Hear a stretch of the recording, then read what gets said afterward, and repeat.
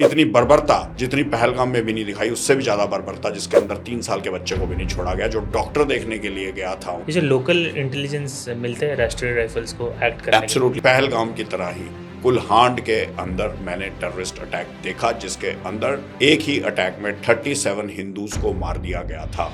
वो मेरी कंपनी से जस्ट 4 से 5 किलोमीटर की दूरी के ऊपर था। चाइना एक ऐसा देश है जो कि चाहता ही नहीं कि इंडिया के अंदर स्टेबिलिटी हो। धारा 370 के रेवोकेशन के बाद अगर किसी को तकलीफ पाकिस्तान से भी ज्यादा हुई तो वो चीन है। जो पाकिस्तानी आर्मी है general, they are all radicalised to an extent, या फिर उनमें थोड़ा सा रैशनलाइजिंग कैपेबिलिटी भी है? अब आपस में उनके अंदर बनती नहीं है। मोस्ट पॉपुलर लीडर जो है इमरान खान ही है। अभी पाकिस्तान के अंदर सिविल वॉर के हालात जो है पैदा हो रखे हैं। अगर ये लड़ाई खत्म हो गई तो चाइना को कभी भी यूरोपियन यूनियन और यूएसए ताइवान को नहीं लेने देगी।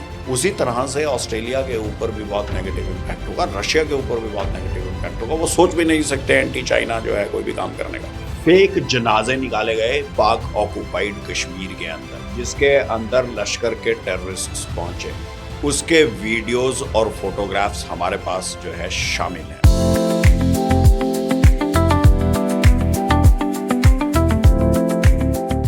Pleasure to have you on the show, Umang sir. Jay, pleasure's all mine. How are you, sir? I'm doing great. तो शुरू करते हैं आपका स्टोरी। ऑफ फौज में आने का इरादा कैसे हुआ आपका? फौज जो है वो खींच लेती है। There are two reasons why and how I joined the Indian Army. बचपन के अंदर मैं अपने फादर के साथ न्यूज़ बहुत देखता था। इनफैक्ट दूरदर्शन ही था उस समय, और पंजाब के अंदर जो है टेररिज्म चल रहा था। एवरी नाउ एंड देन, आए दिन जो है टेररिस्ट्स जो है न्यूज़ रीडर को मार देते थे। One day as a little kid I asked him कि अगर जो है ये सारे न्यूज़ रीडर्स को मारते रहेंगे तो हमारे लिए न्यूज़ कौन पढ़ेगा? So my father gave a very cryptic reply. उन्होंने एकदम जो है वो बोला कि जब कोई भी इंस्टीट्यूट या ऑर्गेनाइजेशन काम नहीं कर पाती है तो आर्मी काम करती है, तो न्यूज़ भी आर्मी पढ़ेगी। और आई वॉज सरप्राइज्ड कि जब अगर मान लो जो है वो इंजीनियर्स को काम नहीं करने देंगे, ब्रिज नहीं लगाने देंगे, तो भी आर्मी लगाएगी। अगर जो है इम्पॉर्टेंट सर्विसेज को जो है वो कर्टेल करने की कोशिश करेंगे,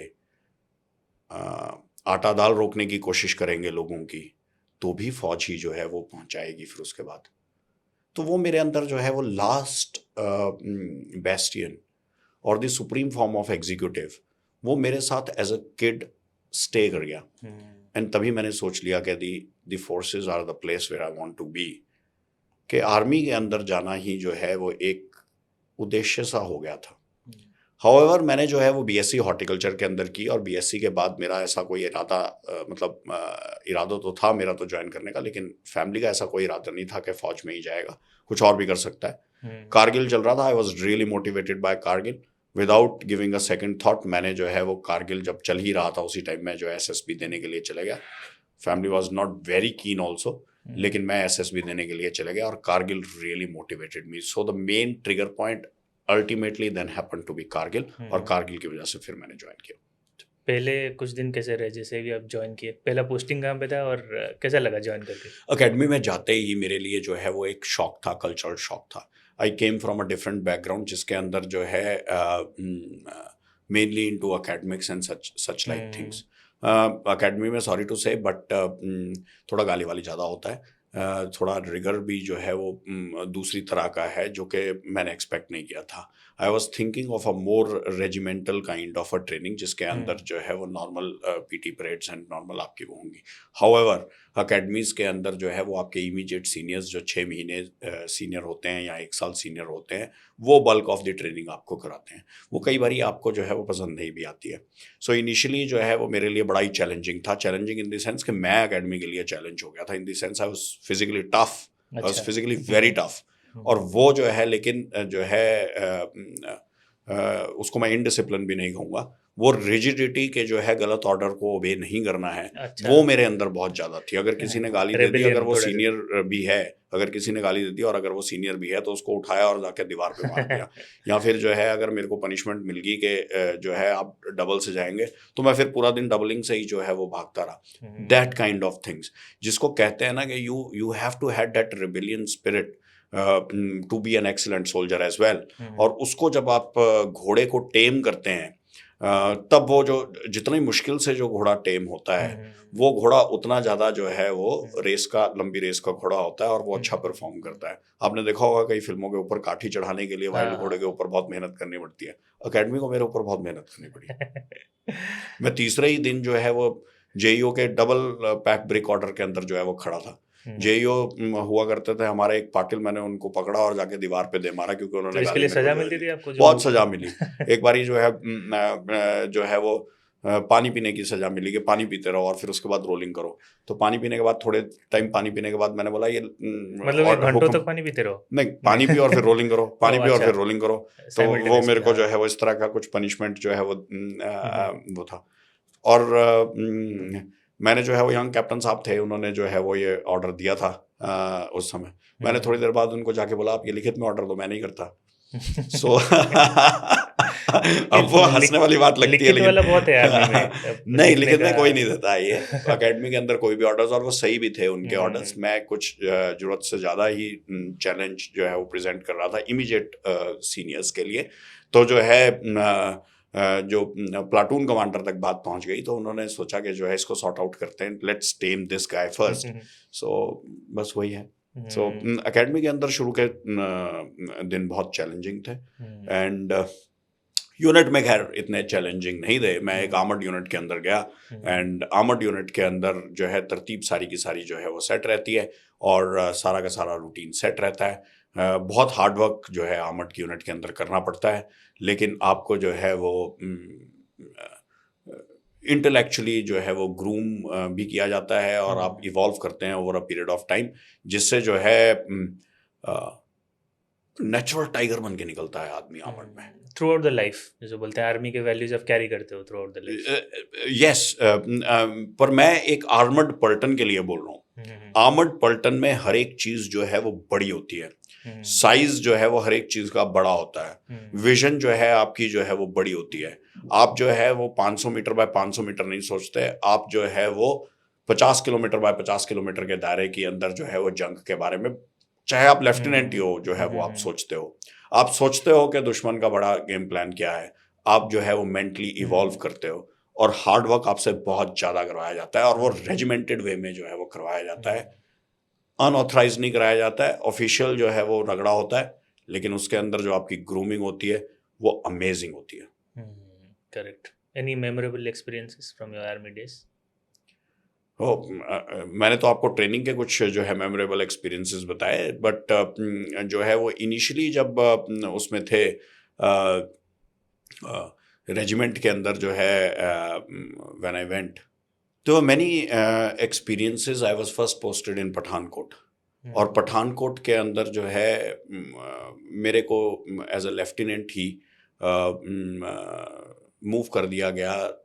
अटैक हुआ पार्लियामेंट के ऊपर, और मेरी नई नई शादी हुई थी, और मैं अपनी वाइफ के साथ जैसे ही स्टेशन के अंदर ज्वाइन किया, तो पता चला कि मोबिलाइजेशन हो गई। अच्छा। तो हमें जो है वो जाना था सांबा सेक्टर की तरफ पठानकोट से। इनिशियली मैंने सोचा कि मजाक कर रहे हैं, आर्मी के अंदर मजाक करते हैं, जब न्यूली मैरिड वाइफ आती है तो वो ऐसे मजाक में बोलते हैं कि मोबिलाइजेशन हो गई, कि हस्बैंड जाए, वो जस्ट जोक कर रहे होते हैं। मैंने इनिशियली ऐसे सोचा, मेरी मैरिज थोड़ी जल्दी हो गई थी, लेकिन वो सच था। और जब मैंने देखा कि पूरी की पूरी जो है 29 टिफ जो है वो मूव कर रही है, तब मुझे रियलाइज़ हुआ कि ये सच है।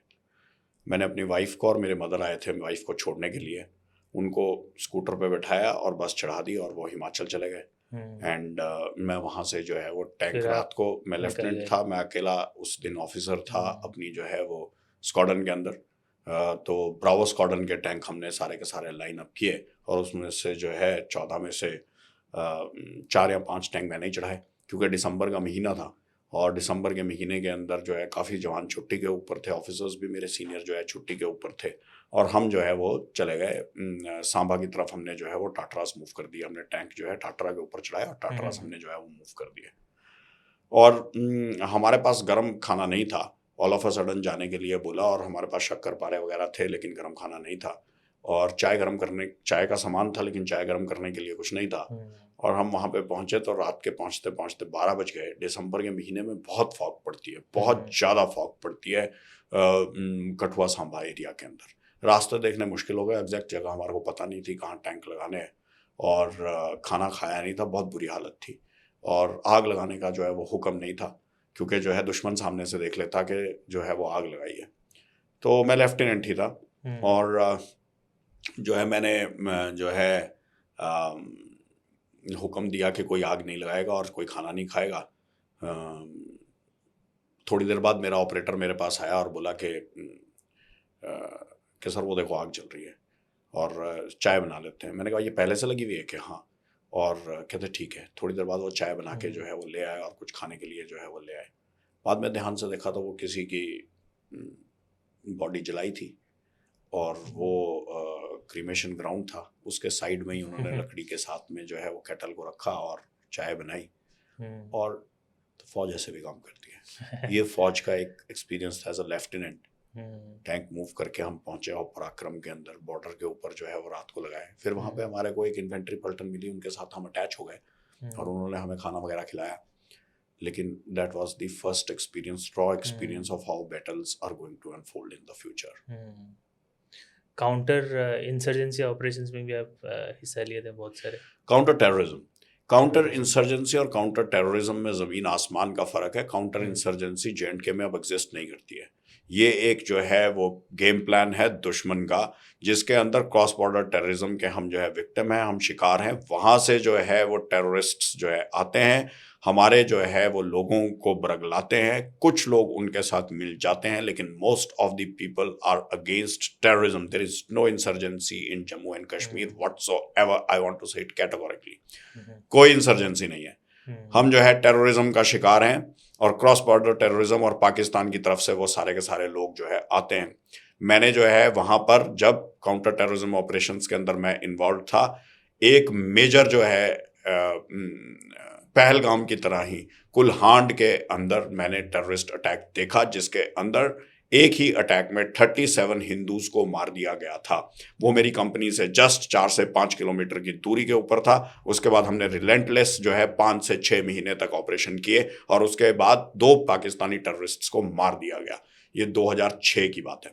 और इसके अंदर अगर आप देखेंगे, इतनी बर्बरता जितनी पहलगाम में भी नहीं दिखाई, उससे भी ज़्यादा बर्बरता जिसके अंदर 3 साल के बच्चे को भी नहीं छोड़ा गया। जो डॉक्टर देखने के लिए गया था, उनको, जिन लोगों को वहाँ पे मारा गया था, उसको हार्ट अटैक हो गया। So this is the kind of barbarity. इस तरह का जो है आतंकवाद, टेररिज्म जो है पाकिस्तान से आए हुए टेररिस्ट्स इन्फ्लिक्ट करते हैं। मुझे याद है उसका कोड वर्ड था डॉक्टर, नाम था सैफुल्ला, जो बहुत ही रुथलेस था, बहुत ही ज़्यादा जो है वो उस एरिया के अंदर जो है वो टेररिज्म जो है वो फैलाता था। अगर वहाँ पे उस एरिया के अंदर आर्मी से नॉर्मल अगर किसी लड़की ने बात भी कर ली तो उसका हाथ तोड़ देते थे जाके। इस तरह का टेररिज्म पाकिस्तान इन्फ्लिक्ट करता रहा है जम्मू एंड कश्मीर के अंदर। आज भी ट्राई करता है। एब्सोल्युटली। उनकी जो है वो कोशिश ये क्या है, आज भी क्या, पहलगाम के अंदर जो किया वो वेल कैलकुलेटेड, वेल कैलिब्रेटेड उनका एक प्लान्ड ऑपरेशन था। 2004 से 2007 तक जब मैं वहां पे था, एवरी डे टेररिस्ट्स जो है उस टाइम जो है वो सेट हुआ करते थे। बाद में मोबाइल के ऊपर वो 2006 से आगे जो है वो शिफ्ट हो गए, लेकिन 2004 से 6 तक जो है वो उनकी मोबाइल इसके ऊपर, मोटरोला सेट्स के ऊपर और कैनवुड के सेट्स के ऊपर रोज रिपोर्टिंग होती थी। उनका रिपोर्टिंग स्टेशन एक जो है वो रामबन के अंदर बना हुआ था। वो रोज बताते थे सैफुल्ला ओके, जावेद ओके, इस तरह से रोज रिपोर्टिंग होती थी। और वो पाकिस्तान, बिल्कुल हमारे पास रिकॉर्डिंग होती थी, सीडी के सीडी भर जाते थे उनके जो है उसके बेसिस के ऊपर। अब आज की डेट में वो बंद हो गए हैं। उसके बेसिस के ऊपर हम जो है वो डायरेक्शन फाइंडर से जो है वो उसका जो है वो निकालने की कोशिश करते थे कि कहाँ से ये सेट जो है ओपन हुआ है, और वहाँ पे जो है वो एम्बुशेस एवरी डे लगाई जाती थी। मेरी खुद की कंपनी जो है वो रोज की 4 से 5 एम्बुश जो है वो लगाती थी उन जगह के ऊपर जहाँ पे पाकिस्तानी टेररिस्ट अपना मुंह खोल रहे होते थे। ये जो लोकल इंटेलिजेंस मिलते हैं राष्ट्रीय राइफल्स को एक्ट करने के लिए, एब्सोल्युटली, बहुत कैसे कलेक्ट किए जाते हैं लोकल इंटेलिजेंस वो सोर्सेस है क्या? जो है वहाँ के लोग बहुत अच्छे हैं, वो आते हैं और आके बताते हैं, वो खुद बताते हैं वहाँ के ये जो टेररिस्ट्स बाहर से आते हैं ये रेप एंड रिमांड करते हैं लोकल लोगों का, और वो दुखी हो जाते हैं। देयर हैव बीन इंस्टेंसेस जब मेरे साथ जो है वो मिलके लोगों ने काम किया है। उन्होंने जो है देयर वाज एक लड़का था, मैं नाम नहीं लेना चाहता अब उस लड़के का, यासिर मान लीजिए, यासिर करके एक लड़का था। वो आया कि बोथ जो है वो मेरे मदर और मेरी जो है वो सिस्टर के साथ जो है वो गलत करते हैं टेररिस्ट्स, मैं इसको सह नहीं सकता, और मेरे को बाहर संतरी की ड्यूटी के लिए जो है वो बैठाते हैं, आप किसी भी तरह से जो है वो मेरी हेल्प करिए। एंड हमने उसको बोला कि ठीक है आप हाइड आउट बनाओ, जब वहाँ पे अपने घर के आसपास जब टेररिस्ट उसमें रहने के लिए आएंगे तो हमारे को बताना। ऐसा हुआ, उसने जो है वो टेररिस्ट्स बनाया, हाइड आउट बनाया, और जब उसके अंदर टेररिस्ट्स आए उसने हमारे को जो है वो बुलाया, और उस पर्टिकुलर ऑपरेशन में तो हमारे को सक्सेस नहीं मिली, लेकिन यासिर की मदद से जो है वो हमने दूसरे कई ऑपरेशंस के अंदर जो है सक्सेस की, और लश्कर के 2 टेररिस्ट्स बाद में मार गिराए। आप पहलगाम में पोस्टेड थे? है जी? पहलगाम में पोस्टेड थे आप नहीं, अभी? मैं तो डोडा में पोस्टेड था। मैंने जैसे आपको बताया कि ये कुल्हांड का में जो इंसिडेंट हुआ था उससे कोई 5-6 किलोमीटर दूर था। मेरी कंपनीज जो है डोडा के अंदर हमारी जो है 8RR पलटन के अंदर मैं था, उसके अंदर मेरी कंपनी जो है जिसका मैं नाम नहीं लेना चाहूँगा वो विंटर कट ऑफ पोस्ट थी। तो हम जो है हायर रीचेस पे नियरेस्ट रोड हेड से 7 से 8 घंटे पैदल चल के जाना पड़ता था पोस्ट पे, ऐसी पोस्ट पे मैं पोस्टेड था। इनफैक्ट जो है जब मेरी डॉटर वाज बॉर्न तो मुझे पता ही कोई 3 दिन के बाद चला, क्योंकि वो प्रीमेच्योर था। My daughter was 21 days premature. So जो है मोटरो ये अपना जो है हम एसटीडी पे जो है वो फ़ोन करते थे आर्मी PCO के में रेडियो सेट से, अच्छा। और फिर वो उल्टा करके फ़ोन रखते थे, तब घर बात होती थी। हम्म। तो उस दिन बात हुई थी, और फिर पता चला कि वो जो है she is fine, fit and fine. मैं ऑपरेशन के लिए चले गया, और वो ऑपरेशन 2-2.5 दिन तक चला। दूसरे दिन जब ऑपरेशन चल रहा था तो मुझे एडजुटेंट ने बोला कि आप नीचे बेस के अंदर आ जाओ, और मैंने बोला नहीं, मैं बेस में नहीं आना चाहता। कुछ एडजुटेंट से वैसी थोड़ी सी खटपट चल रही थी, वो कह रहा था कि जो है वो ऑपरेशन जो है इधर जाओ, इस पहाड़ी पे चढ़ो, वहाँ देखो, ऐसे देखो। मैंने बोला मैं सारी पहाड़ियाँ जो है वो देख आया हूँ।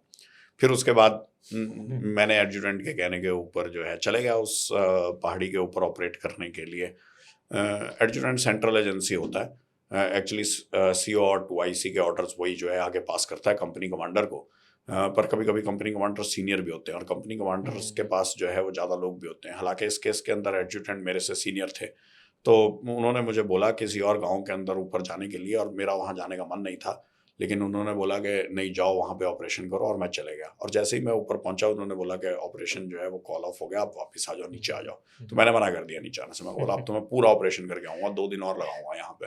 तो क्या किया फिर आगे? तो फिर उन्होंने जो है मेरे को अगले दिन next day in the morning खैर बोला कि ये लेट नाइट 12 बजे तक जब मैं आया नहीं, तो उन्होंने बोला अभी उतरो, ये तो CO साहब का ऑर्डर है। फिर उतरा। फिर जब उतरा तो सुबह जो है 2 या 3 बजे पहुंचा, तो बोला कि STD पे जाओ और अपनी वाइफ को फ़ोन करो। मैं कहा नहीं, मुझे नहीं करना है। तो कलर नहीं करो। तो मैं गया, फ़ोन किया, तो पता चला कि I have been blessed with a baby. अच्छा। तभी करके ऑपरेशन कॉल ऑफ कर दिया फिर उन्होंने। और फिर खैर पार्टी हुई। रात के 2 बजे ही सब अफसर वहाँ पे इकट्ठे हो गए, और फिर पार्टी हुई, और सब अपने 4 बजे मेरे लिए उन्होंने टैक्सी खड़ी कर रखी थी, और फिर जो है उस टैक्सी में मेरे को घर के लिए उन्होंने भेज दिया। मेरी छुट्टी वगैरह सब बना रखी थी। तो मैं पहुंचा कोई 3-3.5 दिन के बाद, जब डॉटर हो गई थी, और पता 2 दिन के बाद ही चला था। तो फौज में ही ऐसा हो सकता है। एंड कोई रियलाइज नहीं कर सकता है कि ये सिविल के अंदर कैसे कि जो है आपको पता ही 2 दिन के बाद चलेगा कि you have been blessed, and आप पहुंचोगे ही 4 दिन के बाद। करेक्ट। आप आर्मी के लेंस से कैसे देखते हो, या ऑपोजिशन पार्टीज जो बोलते हैं कि इंटेलिजेंस फेल्योर था पहलगाम वाला अटैक, आप एक आर्मी के लेंस से कैसे देखते हो कि क्या हुआ होगा? मैं टोटली एपॉलिटिकल पर्सन। इसके अंदर कोई जो है वो पॉलिटिक्स जो है होनी ही नहीं चाहिए। मैं सिर्फ एक चीज़ बोलना चाहता हूँ कि ये देश के दुश्मन है। हम किसी भी तरह से जो भी कोई हमारे देश की तरफ देखेगा, हमने उसको जो है जवाब देना है। बहुत सारी चीज़ें जब सिक्योरिटी के अंदर आप होते हैं, सिक्योरिटी एस्टेब्लिशमेंट से इन्वॉल्व होती हैं, बहुत सारी चीज़ें जो हैं ऐसे होती हैं जो फुल प्रूफ और 100% नहीं हो पाती हैं। वो फेलियर नहीं है, वो चैलेंजेस हैं। वो सिक्योरिटी के चैलेंजेस हैं, वो इंटेलिजेंस के चैलेंजेस हैं। 100 बारी जो है कोई इंटेलिजेंस जो है मिल जाती है, कभी कभी जो है एक बारी नहीं मिल पाती है, और वो एक बारी जो है वो दुश्मन कामयाब हो जाता है। वो हमारी कमी नहीं है, वो हमारे ऊपर जो है वो दुश्मन का जो है वो चैलेंज है जिसने हमारे ऊपर थोपा गया है। उस चैलेंज का जवाब किस तरह से देना है, कैसा है हमारे को बेहतर देना है, वो हमारे को इंटरनली जो है वो डिस्कस करना है। हमारे को ये हमारे छेद नहीं बताने हैं कि हमारे जो है वो पैंट में छेद कहाँ है। वो ज़रूरी नहीं है कि पैंट में छेद कहाँ है, वो दुश्मन को भी बताया जाए कि हमारी पैंट में छेद यहाँ है। उसको किस तरह से सिलना है या नई पैंट हमारे को जो है वो लेनी है, वो हमारे को इंटरनली अपने आप जो है वो डिसाइड करनी है। तो मैं इसके अंदर कोई पॉलिटिक्स नहीं करना चाहता। मैं सिर्फ इतनी बात बोलना चाहता हूँ कि जो है हमारा जो है सिक्योरिटी ग्रिड, इंटेलिजेंस ग्रिड बहुत ही अच्छा है, बहुत ही क्रेडिबल है। पुख्ता है, बहुत ही क्रेडिबल है। हमारी ह्यूमन इंटेलिजेंस भी बहुत ही जो है जो है वो अच्छी है। दुश्मन हमारा लेकिन जो है वो बहुत शातिर है। दुश्मन जो है हमारी जो है चीन के साथ भी मिला हुआ है, और ये मिलजुल कर जो है वो एक इंटेलिजेंस के अंदर कहीं कोई गैप है उसको एक्सप्लॉइट करने की कोशिश करते हैं, कभी कभी कामयाब भी हो जाते हैं। चाइना का था हाथ इसमें पहलगाम में? पहलगाम में लिए स्पेसिफिकली मैं नहीं बोल सकता, पर मैं एक चीज़ आपको कहना चाहता हूँ कि चाइना जो है वो हमारा पाकिस्तान से भी बड़ा एडवर्सरी है। और मैं खुल के ये बात आपको कहना चाहता हूँ कि चाइना एक ऐसा देश है जो कि चाहता ही नहीं कि इंडिया के अंदर स्टेबिलिटी हो। धारा 370 के रेवोकेशन के बाद अगर किसी को तकलीफ पाकिस्तान से भी ज़्यादा हुई तो वो चीन है। चीन ने धारा 370 रेवोकेशन के बाद गलवान किया, और गलवान बिल्कुल एक कैलकुलेटेड तरीके से किया उन्होंने।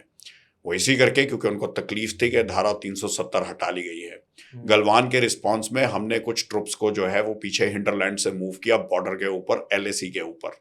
वो गैप्स जो है वो पाकिस्तान ने स्टडी किए और बताया पाकिस्तान को कि उन जगह पर हमले होने चाहिए। स्लीपर सेल्स एक्टिवेट किए गए, और रजौरी, पुंछ, जम्मू, रियासी और इन सब जगहों के अंदर जो बेसिकली जम्मू एरिया है उसके अंदर पाकिस्तान ने टेररिस्ट अटैक्स करने की कोशिश की। वो चाहते थे कि टैक्टिकल रिकॉयल हो जाए LAC से।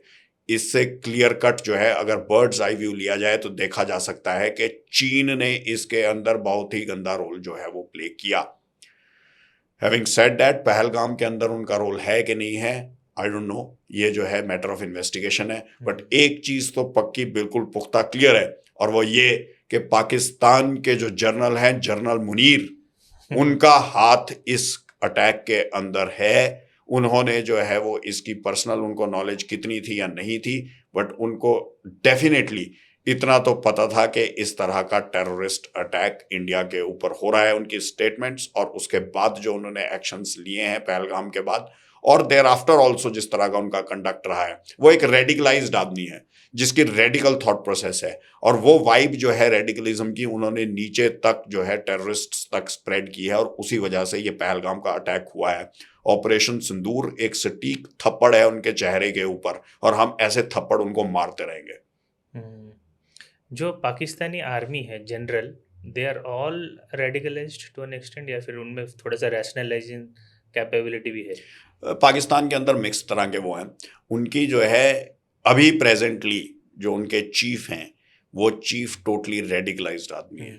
वो कुरान साथ में लेके चलते हैं, उसमें कोई हर्ज नहीं है, लेकिन उनकी आइडियोलॉजी, थॉट प्रोसेस और किस तरह से वो अपने आप को डिफ्रेंशिएट करते हैं या अपने आप को जो है वो बेटर समझते हैं बाकी लोगों से या बाकी रिलीजन से, वो क्लियरली जो है वो दिखता है। उनका थॉट प्रोसेस बहुत ही एम्बिशियस है। वो आगे से आगे जाना चाहते हैं और अपने लिए जो है वो रास्ता बनाने के लिए इस्तेमाल कर रहे हैं भारत ये अपने पाकिस्तानी फौज का और पाकिस्तानी जनता का। ड्यूरिंग पहलगाम, ड्यूरिंग ऑपरेशन सिंदूर दिखे ही नहीं, कहीं पे छुपे हुए थे? नहीं, मैं जो है सोचता हूं कि उनको जो है पता था कि ये ऑपरेशन सिंदूर जो है वो इसी तरह से फैन आउट करेगा। उनको कुछ आइडिया था, क्योंकि उन्होंने पहलगाम ट्राई किया था, उन्होंने खुद ही जो है वो इसके अंदर पहलगाम में उनकी जो है वो हाथ था, तो उनको आइडिया था कि इसकी जो है वो रिटेलिएशन होगी। वो रिटेलिएशन जो है वो उनको जो है यही सोच रहे थे वो कि शायद टेररिस्ट कैंप के ऊपर होगी।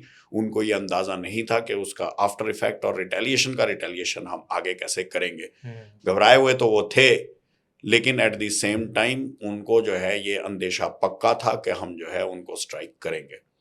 पाकिस्तान के अंदर अभी अंदरूनी हालात ठीक नहीं हैं। जनरल मुनीर, इमरान खान के साथ उनकी बनती नहीं है। ये जग जाहिर है कि उन्होंने अपने को, जब आईएसआई के वो चीफ थे, तो अपने को रिटेन करवाने के लिए इमरान खान की मैडम के साथ जो है वो बातचीत की। ये आदमी जो है, जो कहता है वो करता नहीं है, और जो करता है वो कहता नहीं है। इनकी एम्बिशन इतनी है कि इनकी हिम्मत जो है वो अपने प्राइम मिनिस्टर की बेगम से बात करने की हुई कि मेरे को आईएसआई का चीफ जो है वो रिटेन किया जाए। जब नहीं रिटेन किया गया तो उन्होंने उनके खिलाफ दिल में बात रखी और उनको जो है इंश्योर किया कि इमरान खान जो है वो जेल जाएं। अब आपस में उनके अंदर बनती नहीं है। मोस्ट पॉपुलर लीडर जो है इमरान खान ही है। अभी पाकिस्तान के अंदर सिविल वॉर के हालात जो है पैदा हो रखे हैं। सो लार्जर, जब हम बात करेंगे जियो पॉलिटिक्स की और इसकी जब बात हम करेंगे तो लार्जर पिक्चर जो है क्लियर हो जाएगी। बट अभी मैं आपको इतना ही बता दूं कि मुनीर जो हैं इसमें इन्वॉल्व हैं पहलगाम के अंदर। ना अभी इंटरनली तो बलोच से उनका पंगा चल रहा है, लेकिन अभी यूएस जाके ट्रम्प को काइंड ऑफ बेच के आ गए बलूचिस्तान। हमारे जो है वो विदेश मंत्री ने बहुत ही अच्छा कहा है, और वो ये कहा है कि उनकी हिस्ट्री है पाकिस्तान के साथ, और उनकी ये भी हिस्ट्री है कि वो हिस्ट्री को भूल जाते हैं। पाकिस्तान ने जो है ओसामा बिन लादेन को, मुल्ला उमर को और बाकी सारे टेररिस्ट्स को पनाह दी। ना केवल पनाह दी, उनको सारी की सारा संरक्षण देने के अलावा उनके ऑपरेशंस जो है बेदस्तूर चलते रहे। पाकिस्तान में बैठे बैठे वो अपना साम्राज्य को जो है चला रहे थे, सुदृढ़ कर रहे थे। कभी भी किसी भी हालात में उनको ऐसा नहीं लगा था कि अबोटाबाद के अंदर बैठे बैठे उनको कोई भी जान का जो है वो मसला है। पाकिस्तान एक ऐसा देश है जो कि हमेशा से अपने ज़मीन के ऊपर जो है टेररिस्ट्स को पनपाता रहा है। चाहे वो हाफिज़ सईद हो, चाहे वो मौलाना अज़हर हो, उनकी जो है वो संरक्षण जो है टेररिस्ट्स को हमेशा रही है। अब जो है आने वाले समय के अंदर यूएसए इस बात को समझ पाएगा अच्छे से कि नहीं, पता नहीं। बट एक चीज़ क्लियर है कि लंबे समय तक यूएसए की और पाकिस्तान की दोस्ती चल नहीं सकती, क्योंकि पाकिस्तान के लोग यूएसए को लाइक नहीं करते और यूएसए के लोग भी जो है पाकिस्तान को लाइक नहीं करते। यूएसए की आम जनता जो है उसको क्लियर है, पता है कि पाकिस्तान एक टेररिस्ट नेशन है, और उसी तरह से पाकिस्तान के लोगों को पता है कि यूएसए कोई स्थायी दोस्त नहीं है। उनका ऐसा मानना है। तो इस करके आपस में उनकी लंबी दोस्ती नहीं चल सकती। ये मैरिज ऑफ कन्वीनियंस है। How long will it last, nobody knows, but I don't think it is going to last very long. आपका असेसमेंट क्या है ट्रम्प का अभी जो पाकिस्तान के साथ जो क्लोजनेस है, सारे स्टेज पे वो बोल रहा है, हाइफेनेट कर रहा है इंडिया पाकिस्तान को, और बोल रहा है कि मुनीर इज़ माई फ्रेंड, जबकि दोनों का साथ में कोई भी फ़ोटो नहीं है कभी भी मिलते नहीं है, ऑप्टिक्स के लिए कुछ भी नहीं है। बट ये क्लोजनेस क्यों है? कुछ वेस्टेड इंटरेस्ट है ट्रम्प के खुद है, या उनका जो फैमिली का वो चलता रहे क्रिप्टो वाला डील है, ऐसा है जो बात चलती है न्यूज़ में? हमारे जो है वो मीडिया को रिस्पॉन्सिबल रहना चाहिए। मेरे को ऐसा लगता है कि जो है कोई personal attack the president of United states के ऊपर हमारे को करने से बचना चाहिए। हमारे स्ट्रेटेजिक जो है रिलेशनशिप है यूनाइटेड स्टेट्स के साथ, और वो स्ट्रेटेजिक रिलेशनशिप इस करके भी है क्योंकि हमें जो है टेक्नोलॉजी की भी रिक्वायरमेंट है। हम मिलिट्री टेक्नोलॉजी वैसे तो मोस्ट ऑफ इट हम रशिया से लेते हैं और ख़ुद भी बनाते हैं, लेकिन हमारे को जो है कुछ टेक्नोलॉजीज़ यूएसए की जो है वो ज़रूरत है। हमें ज़रूरत है कोलैबोरेशन की, हमें ज़रूरत है क्वाड के प्लेटफॉर्म की, हमें ज़रूरत है इकोनॉमिक इंटीग्रेशन की, हमारे को ज़रूरत है सेमीकंडक्टर्स बनाने की, हमें ज़रूरत है बहुत सारे और ऐसी टेक्नोलॉजीज़ डेवलप करने की यूएसए के साथ मिलके। हमारे बहुत सारे आप आईटी प्रोफेशनल हैं, आपको पता है कि हमारे बहुत सारे आईटी प्रोफेशनल्स यूएस कंपनीज में ही काम करते हैं, हमारे मैक्सिमम सर्विसेज यूएस को प्रोवाइड होती हैं। हम अगर यूएस के साथ स्ट्रेटजिक रिलेशनशिप अपना खराब करते हैं, कोई भी पर्सनल कमेंट करके उनके जो है वो प्रेसिडेंट के खिलाफ, वो हमारे जो है लॉन्ग टर्म स्ट्रेटजिक फायदे में नहीं है। ये पोस्चरिंग है, ये ट्रंप की पोस्चरिंग है। ये ट्रंप चाहते हैं पोस्चरिंग इस करके कि जो है रशिया और यूक्रेन के बीच में किसी तरह से सीज फायर हो जाए, और उसका प्रेशर डालने के लिए पुतिन के ऊपर और बाकी सारे वर्ल्ड लीडर्स के ऊपर वो टैरिफ्स लगा रहे हैं, और में भी जो है पाकिस्तान को भी लूज रोप जो है वो दे रहे हैं। जैसे ही ये सीज फायर हो गई रशिया और यूक्रेन के बीच में, आप देखेंगे कि हम जो है वो अपनी स्ट्रेटेजिक पार्टनरशिप जो है वो कंटिन्यू रखेंगे। हमारी strategic partnership with both United states and Russia जो है वो रहेगी। इंडिया एक ऐसे सिचुएशन में है, हमारी यूथ एनर्जी इतनी है, हमारी पॉपुलेशन इतनी है, हमारा स्ट्रक्चर इस तरह का है, हमारे अंदर काबिलियत इतनी है कि वो हमारे से दूर रह नहीं सकते और वो हमारे से दूर जा नहीं पाएंगे। और ये जो है शॉर्ट टर्म जो भी उनके आपस में जो है पाकिस्तान के साथ मिलना बैठना है, मेरी रिक्वेस्ट यही है कि वो रेड लाइन क्रॉस ना करें। जब वो मुनीर से मिलते हैं तो रेड लाइन क्रॉस होती है, जब वो मुनीर के साथ स्ट्रेटेजिक या टेक्टिकल एस्पेक्ट्स डिस्कस करते हैं या उनको मिलिट्री इक्विपमेंट या हार्डवेयर देते हैं, मुझे लगता है वो रेड लाइन क्रॉस होती है। मुझे नहीं लगता कि यूएसए ये रेड लाइन क्रॉस करेगा।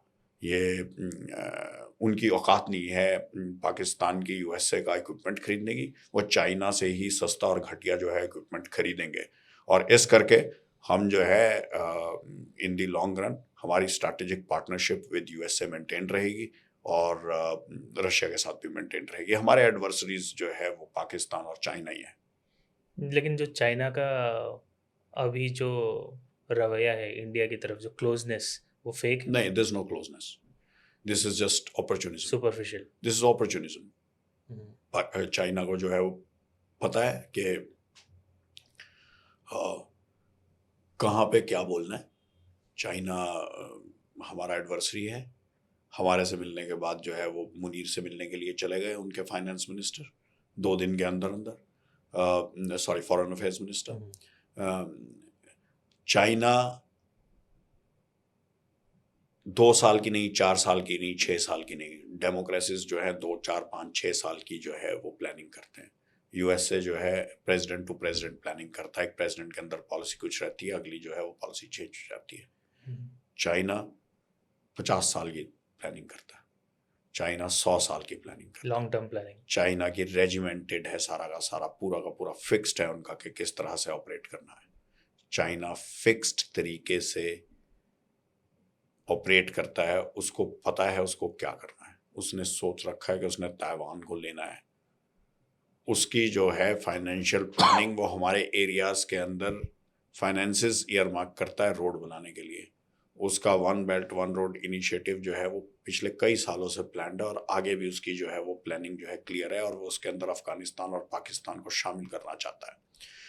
उसकी ईवल आई है हमारे ईस्टर्न लद्दाख पे, सियाचिन एरिया पे, अरुणाचल के अंदर, सिक्किम में और बाकी जगह पे भी। उसकी जो ईवल आई है उसका जवाब हम उसको ब्लडी नोज देकर ही दे सकते हैं।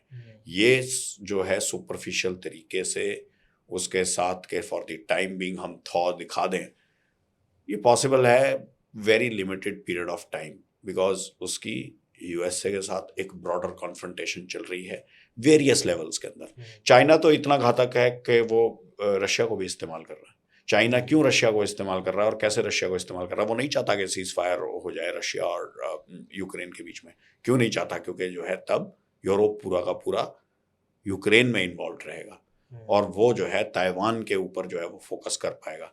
अगर ये लड़ाई ख़त्म हो गई तो चाइना को कभी भी यूरोपियन यूनियन और यूएसए ताइवान को नहीं लेने देगी। ये लड़ाई ही इस करके शुरू की गई है यूक्रेन के अंदर, और इसके अंदर मास्टरमाइंड जो है वो चाइना ही है। यूक्रेन की लड़ाई स्टार्ट कराने के अंदर भी चाइना का मेजर हाथ है, और सीज फायर ना होने देने में भी चाइना का मेजर हाथ है। इनडायरेक्टली इन्फ्लुएंस कर रहा है, डायरेक्टली कर रहा है, डायरेक्टली कर रहा है, डायरेक्टली कर रहा है। डायरेक्टली बोल रहा है पुतिन को कि सीज फायर नहीं करनी है। डायरेक्टली बोल रहा है कि जो है आप जो है वो यूक्रेन ले लो, उसके बाद हम ताइवान ले लेंगे। तो रशिया सपोर्ट करता है ताइवान? रशिया के पास कोई ऑप्शन नहीं है। रशिया को जो है इस समय अपने मिलिट्री इक्विपमेंट के लिए, रशिया को जो है अपनी टेक्नोलॉजी के लिए, रशिया डिपेंड को करना जो पड़ता है इकोनॉमिक सर्वाइवल के लिए चाइना की ज़रूरत है। वो हर तीसरे दिन स्टेटमेंट देता है। चाइना आज की डेट में हमारे सबसे क्लोज है। लेकिन चाइना इतना ऑप्टिमिस्टिक क्यों है ताइवान को लेके? उसको लगता है वो कर लेगा कि हाँ, लगता है उसको। गलतफहमी है? नहीं, क्योंकि आज के नहीं, गलतफहमी नहीं है। 21st सेंचुरी में पॉसिबल है अब हाँ, ताइवान जैसे पॉसिबल है। कंट्री को? पॉसिबल तो कुछ भी है, पॉसिबल तो है ही। पाकिस्तान को हम पूरा ले सकते हैं, पॉसिबल है। आपको लगता है इंडिया कुछ करेगा इसमें, रेजिस्ट करेगा इन इंडिया नहीं केस करेगा। साइड करना है? मुझे नहीं लगता इंडिया करेगा। हम्म, पर ये चाइना जो है वो ताइवान सोचता है कि हम ले लेंगे। वो ले भी सकता है। उनकी वर्ल्ड की जो है स्ट्रॉन्गेस्ट नेवी आज की डेट में जो है वो चाइना की है। यूएसए से 2.5 गुना बड़ी है। उनके जो है 400 युद्धपोत लेके घूम रहे हैं वो वहाँ पे। और चाइना जो है वो उसके ऊपर इकोनॉमिक और पॉलिटिकल ब्लॉकेट करके बैठा हुआ। कर सकते हैं, मिस एडवेंचर कर सकते हैं, कब करना है, कितना करना है। पर चाइना एक ऐसी कंट्री है, वो चाहती है कि एक भी गोली मेरे को चलानी ना पड़े, मेरे को एक भी आदमी का नुकसान ना हो और मैं वैसे ही ले लूँ। तो इस करके नहीं ले रहा है। अदरवाइज वो लेना चाहे तो मिलिटरीली ले सकता है। ये आइडियोलॉजी क्यों है चाइना का ऐसा कि साथ में नहीं चलना है, एनिमी जैसे ट्रीट करना है? देखिए, ताइवान की हम हिस्ट्री के बारे में जो है वो बात नहीं करेंगे। ताइवान जो है कि क्या उसके अंदर हुआ है वो हमारे बियॉन्ड स्कोप हो जाएगा कि चाइना ऐसा क्यों सोच रहा है। चाइना उसको जो है वो चाइना का ही पार्ट क्यों सोचता है ताइवान को। एक्चुअली असली रिपब्लिक ऑफ चाइना तो जो है वो ताइवान है। पीपल्स रिपब्लिक ऑफ चाइना जो है वो मेनलैंड है। और जो डेमोक्रेटिक रिपब्लिक है वो ताइवान है। मेन गवर्नमेंट तो वो थी जो अभी ताइवान के अंदर बैठी हुई है। उसको जो है जब रेवोल्यूशन हुई तो वो वहाँ जाके जो है वो बैठ गई और छुप गई वहाँ पे। तो बेसिकली कहानी ये है। वो कहते हैं कि ये हमेशा ही मेनलैंड का जो है वो हिस्सा था। और वो क्यों कहते हैं, सही कहते हैं, गलत कहते हैं, वो तो पूरे तिब्बत को भी अपना बताते हैं। उनका कहने को क्या कहना, वो तो सारी दुनिया के अंदर उनकी एक्सपेंशनिस्ट पॉलिसी है ही। चाहे वो फिलीपींस हो, चाहे वो मंगोलिया की तरफ हो, चाहे वो जापान की तरफ हो, चाहे वो इंडिया की तरफ हो, चाहे वो उधर भूटान की तरफ हो, चाहे वो ताइवान की तरफ हो। Every nook and corner China की एक एक्सपेंशनिस्ट पॉलिसी है। जनरली कम्युनिस्ट नेशंस की होती भी है और पहले रही भी है। उनकी एक एक्सपेंशनिस्ट पॉलिसी है। That is part of their constitution कह लीजिए आप, या फिर उनका जो है वो रेड बुक कह लीजिए। उनकी रेड बुक के अकॉर्डेंस उनको जो है ये सारा पार्ट उनका है। रेड बुक क्या है?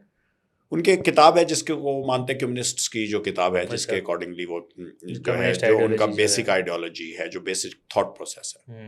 क्योंकि मैं सोचता हूँ अगर इंडिया को चांस है कि चाइना के साथ आप साथ में रहो, साथ में ट्रेड करो, साथ में सब कुछ रहो, तो वो तो करेगा। लेकिन चाइना की ओर से इंडिया को लेके ऐसा सोच नहीं है। They are always kind of an okay enemy nation, we might sometimes हमारे इनहेरेंट डिफरेंसेस हैं चाइना के साथ, जो कि कभी प्लग इन नहीं हो सकते। सबसे मेजर डिफरेंस ये है कि हम एक डेमोक्रेसी हैं, वो एक डेमोक्रेसी नहीं है। वहाँ पे एक सिंगल पार्टी कम्युनिस्ट रूल है, जो कि हमारी आइडियोलॉजी से डिफरेंट है। हम इन दी 90s ओपन सोसाइटी हैं। हम कैपिटलिज्म की तरफ अभी जो है वो हमारा झुकाव है। ओपन मार्केट्स के अंदर हम विश्वास रखते हैं। हम एक डेमोक्रेटिकली इलेक्टेड कंट्री हैं जिसके अंदर डेमोक्रेसी जो है वो पावर में आती है। हर 5 साल बाद जो है हमारी जो है वो गवर्नमेंट बदल जाती है। हमारी गवर्नमेंट के अंदर प्राइम मिनिस्टर जो है वो लोग चुनते हैं। उनके जो प्रेसिडेंट को हैं वो उनकी कम्युनिस्ट पार्टी चुनती है। उनकी फ़ौज भी इस तरह की है कि हर एक फ़ौज की एक कंपनी के अंदर कम्युनिस्ट पार्टी होती है। उनकी कम्युनिस्ट पार्टी फौज के अंदर भी जो है वो शामिल है। तो इस तरह की पार्टी इस तरह की जो है वो गवर्नमेंट, जिसका नीचे से लेके ऊपर तक सिस्टम जो है वो डिक्टेटरशिप, अथॉरिटेरियन और ऑटोक्रेटिक रूल के ऊपर डिपेंडेंट है, उसके साथ हमारा जो है वो कन्वर्जेंस होना मुश्किल है। फिर हमारी पॉपुलेशन भी ज़्यादा है, उनकी पॉपुलेशन भी ज़्यादा है। हम भी मैन्युफैक्चरिंग के ऊपर डिपेंड करते हैं, वो भी मैन्युफैक्चरिंग के ऊपर डिपेंड करते हैं। उनके इकोनॉमिक गोल्स सिमिलर हैं जैसे हमारे इकोनॉमिक गोल्स हैं। फिर हमारी जो है उनके साथ बॉर्डर डिस्प्यूट है। हमारी बॉर्डर डिस्प्यूट उनके साथ अरुणाचल में है, लेह लद्दाख में, और बाकी और बहुत सारी जगह जो है वो है। ये जो डिफरेंसेस हैं, ये डिफरेंसेस आयरन आउट नहीं हो सकते। इन डिफरेंसेस को आयरन आउट करने के लिए जो है शॉर्ट टर्म में आप जो है बिना आयरन आउट की हुई कमीज तो पहन सकते हैं, लेकिन वो बद्दी दिखेगी। आप जो है इन द लॉन्ग रन इसको आयरन आउट नहीं कर सकते। ये आइडियोलॉजिकल डिफरेंसेस हैं, जबकि यूएस के साथ हमारे ऐसे कोई आइडियोलॉजिकल डिफरेंसेस नहीं है। हम दोनों जो है वो डेमोक्रेसी हैं, हमारी हमारी जो है वो इकोनॉमीज जो है वो कन्वर्ज करती हैं। उनको जो है वो हमारी मैन्युफैक्चरिंग की ज़रूरत है, हमें जो है सामान बनाना है, उनको जो है वो खरीदना है। तो हमारी जो है वो कन्वर्जेंस है इन तीनों पॉइंट के ऊपर। चाइना के साथ हमारी कन्वर्जेंस नहीं है। चाइना के साथ हमारी एडवर्सोरियल, यानी कि हमारा एडवर्सरी ही रहेगा चाइना हमेशा। पाकिस्तान को देने के लिए क्या है चाइना के पास? क्यों चाइना के चाइना? पास है, चाइना के पास है, चाइना के पास पाकिस्तान को देने के लिए है। पाकिस्तान को क्या है चाइना को देने के लिए, ये आप क्वेश्चन पूछे। हाँ हाँ। हाँ, तो वो पाकिस्तान जो है वो चाइना की स्टपनी है। पाकिस्तान तो चूजा है उसका, पाकिस्तान तो उसका जो है वो बार्किंग डॉग है। पाकिस्तान को एज पालतू कुत्ते की तरह उसने पाल रखा है। जब भी उसको इंडिया से कोई प्रॉब्लम होती है तो वो कुत्ते को छोड़ देता है। तो इस करके उसने बट वहां इसके पे, लिए इतना सारा इन्वेस्टमेंट करती है पाकिस्तान में।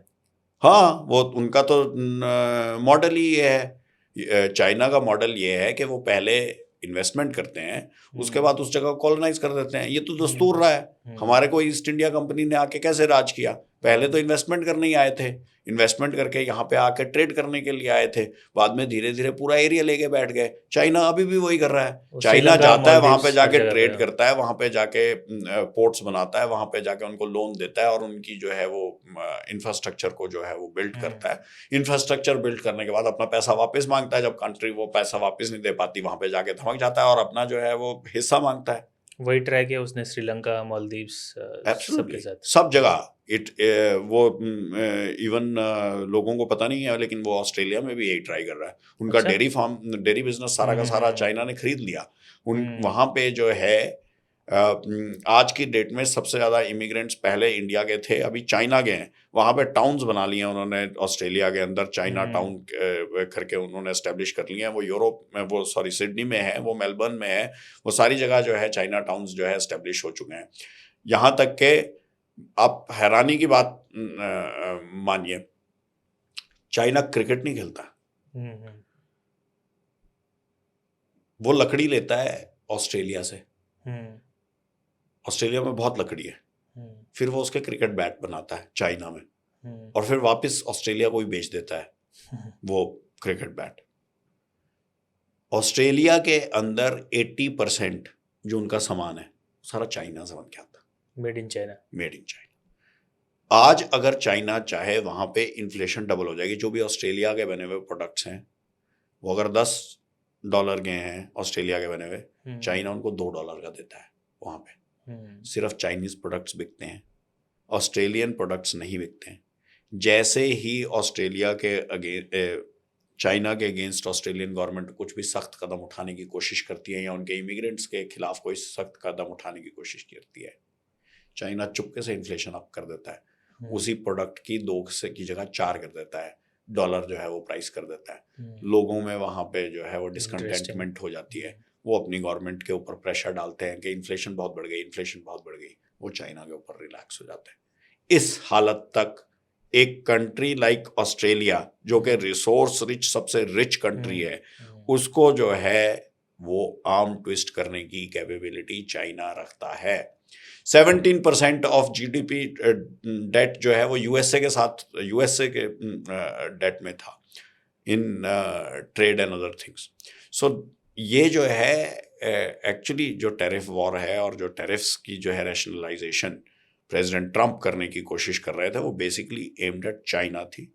He has gone a little ashtray, और इधर उन्होंने जो है, जो उनका इंडिया की तरफ जो है इस तरह का फोकस इज अनवारंटेड। हाउएवर मुझे लगता है लॉन्ग रन के अंदर ये लड़ाई बैटल ऑफ द लेजेंड्स ही होगी और battle of the big titans ही होगी, और यूएसए और चाइना ही इसको आपस में जो है वो स्लॉग इट आउट करेंगे। आप बोल रहे हो कि China always has this dictating terms, इसके लिए वो करता है, चाहे वो इन्वेस्टमेंट हो, अपना स्ट्रैटेजीज, इनडायरेक्ट स्ट्रैटेजीज है, डायरेक्ट स्ट्रैटेजीज है, जिसके वजह से वो नेगोशिएटिंग टेबल पे थोड़ा ऊपर रहना चाहते हैं, हमेशा 2 कदम आगे with all the countries. Exploit करना चाहता है, एक्सप्लोइट करना चाहता है। आपको जो है वो चाहता है कि ऑस्ट्रेलिया के अंदर भी उसका जो है वो से हो, ऑस्ट्रेलिया की गवर्नमेंट जो है उनको नाराज ना कर सके। ऑब्वियसली अपना क्लाउट है उसका, ये कंट्रीज का रहा ही है, पहले वेस्ट का भी रहा है और चाइना भी अभी यही कर रहा है। It is establishing it's cloud. वो अपना रशिया के ऊपर क्लाउड जो है एस्टेब्लिश कर रहा है, वो अपना ऑस्ट्रेलिया के ऊपर क्लाउड एस्टेब्लिश कर रहा है थ्रू मैन्युफैक्चरिंग। उसने जो है वो हेगेमनी बना रखी है एक, जिसकी वजह से एंटी चाइना पॉलिसीज आप नहीं कर सकते इम्प्लीमेंट, नहीं करने देता अपनी anti China policies implement. Pakistan आज की डेट में जो है, यहाँ भी अफगानिस्तान जिनसे वो बात कर रहे हैं रोज जाके, क्या आप एंटी चाइना पॉलिसीज इख्तियार कर सकेंगे? उनकी इकॉनमी गिर जाएगी, उनकी इकॉनमी कल वो गिरवा देंगे। उसी तरह से ऑस्ट्रेलिया के ऊपर भी बहुत नेगेटिव इम्पैक्ट होगा, रशिया के ऊपर भी बहुत नेगेटिव इम्पैक्ट होगा। वो सोच भी नहीं सकते एंटी चाइना जो है कोई भी काम करने का। क्या लगाम है चाइना के पास इंडिया को एक्सप्लोइट करने के लिए? चाइना इंडिया को करे कि इंडिया चाइना को करे? नहीं, चाइना इंडिया के ही। नहीं, मैं चाइना की कोई औकात नहीं, हम उसका जो है वो ब्लडी नोज दे देंगे उसको। हम गलवान के बारे में कुछ बताइए। हम जो है चाइना से नहीं डरते, हम किसी से नहीं डरते। Because it's not 1962 anymore. No, because we are the biggest youth nation. हमारे पास यूथ एनर्जी है, मैन पावर की एनर्जी है, हमारे पास डेडिकेटेड मैन पावर है। हम मैन्युफैक्चरिंग में किसी से पीछे नहीं रहने वाले। हमारे पास रिसोर्सेज की भी कोई कमी नहीं है और हमारे पास दोस्त भी हैं जो हमारे को रिसोर्सेज प्रोवाइड करने के लिए तैयार हैं। हम टेक्नोलॉजी के अंदर भी कोलैबोरेट करेंगे और जिस भी एरिया के अंदर जो है चाइना हमारे को चैलेंज करेगा, हम उसका बराबर का मुकाबला करेंगे। हम अपनी सॉवरेनिटी, टेररिज्म जो पाकिस्तान फैलाता है या चाइना उसको बोलता है फैलाने के लिए, इसका जो है मुंह तोड़ जवाब देंगे।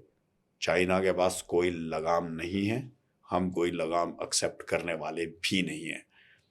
This should be very clear to everyone. After Galwan China कैसा देखता है इंडिया को, जो हुआ गलवान में? मैंने आपको बताया तो, चाइना का गलवान होने के बाद उसके बाद वो पाकिस्तान को उकसाता रहा। ये जो है पहलगाम और जो बाकी सारे टेररिस्ट अटैक हुए, पहलगाम का मुझे क्लियर कट नहीं है, लेकिन बाकी सारे टेररिस्ट अटैक हुए वो सारे के सारे जो है वो चाइना लूप में है।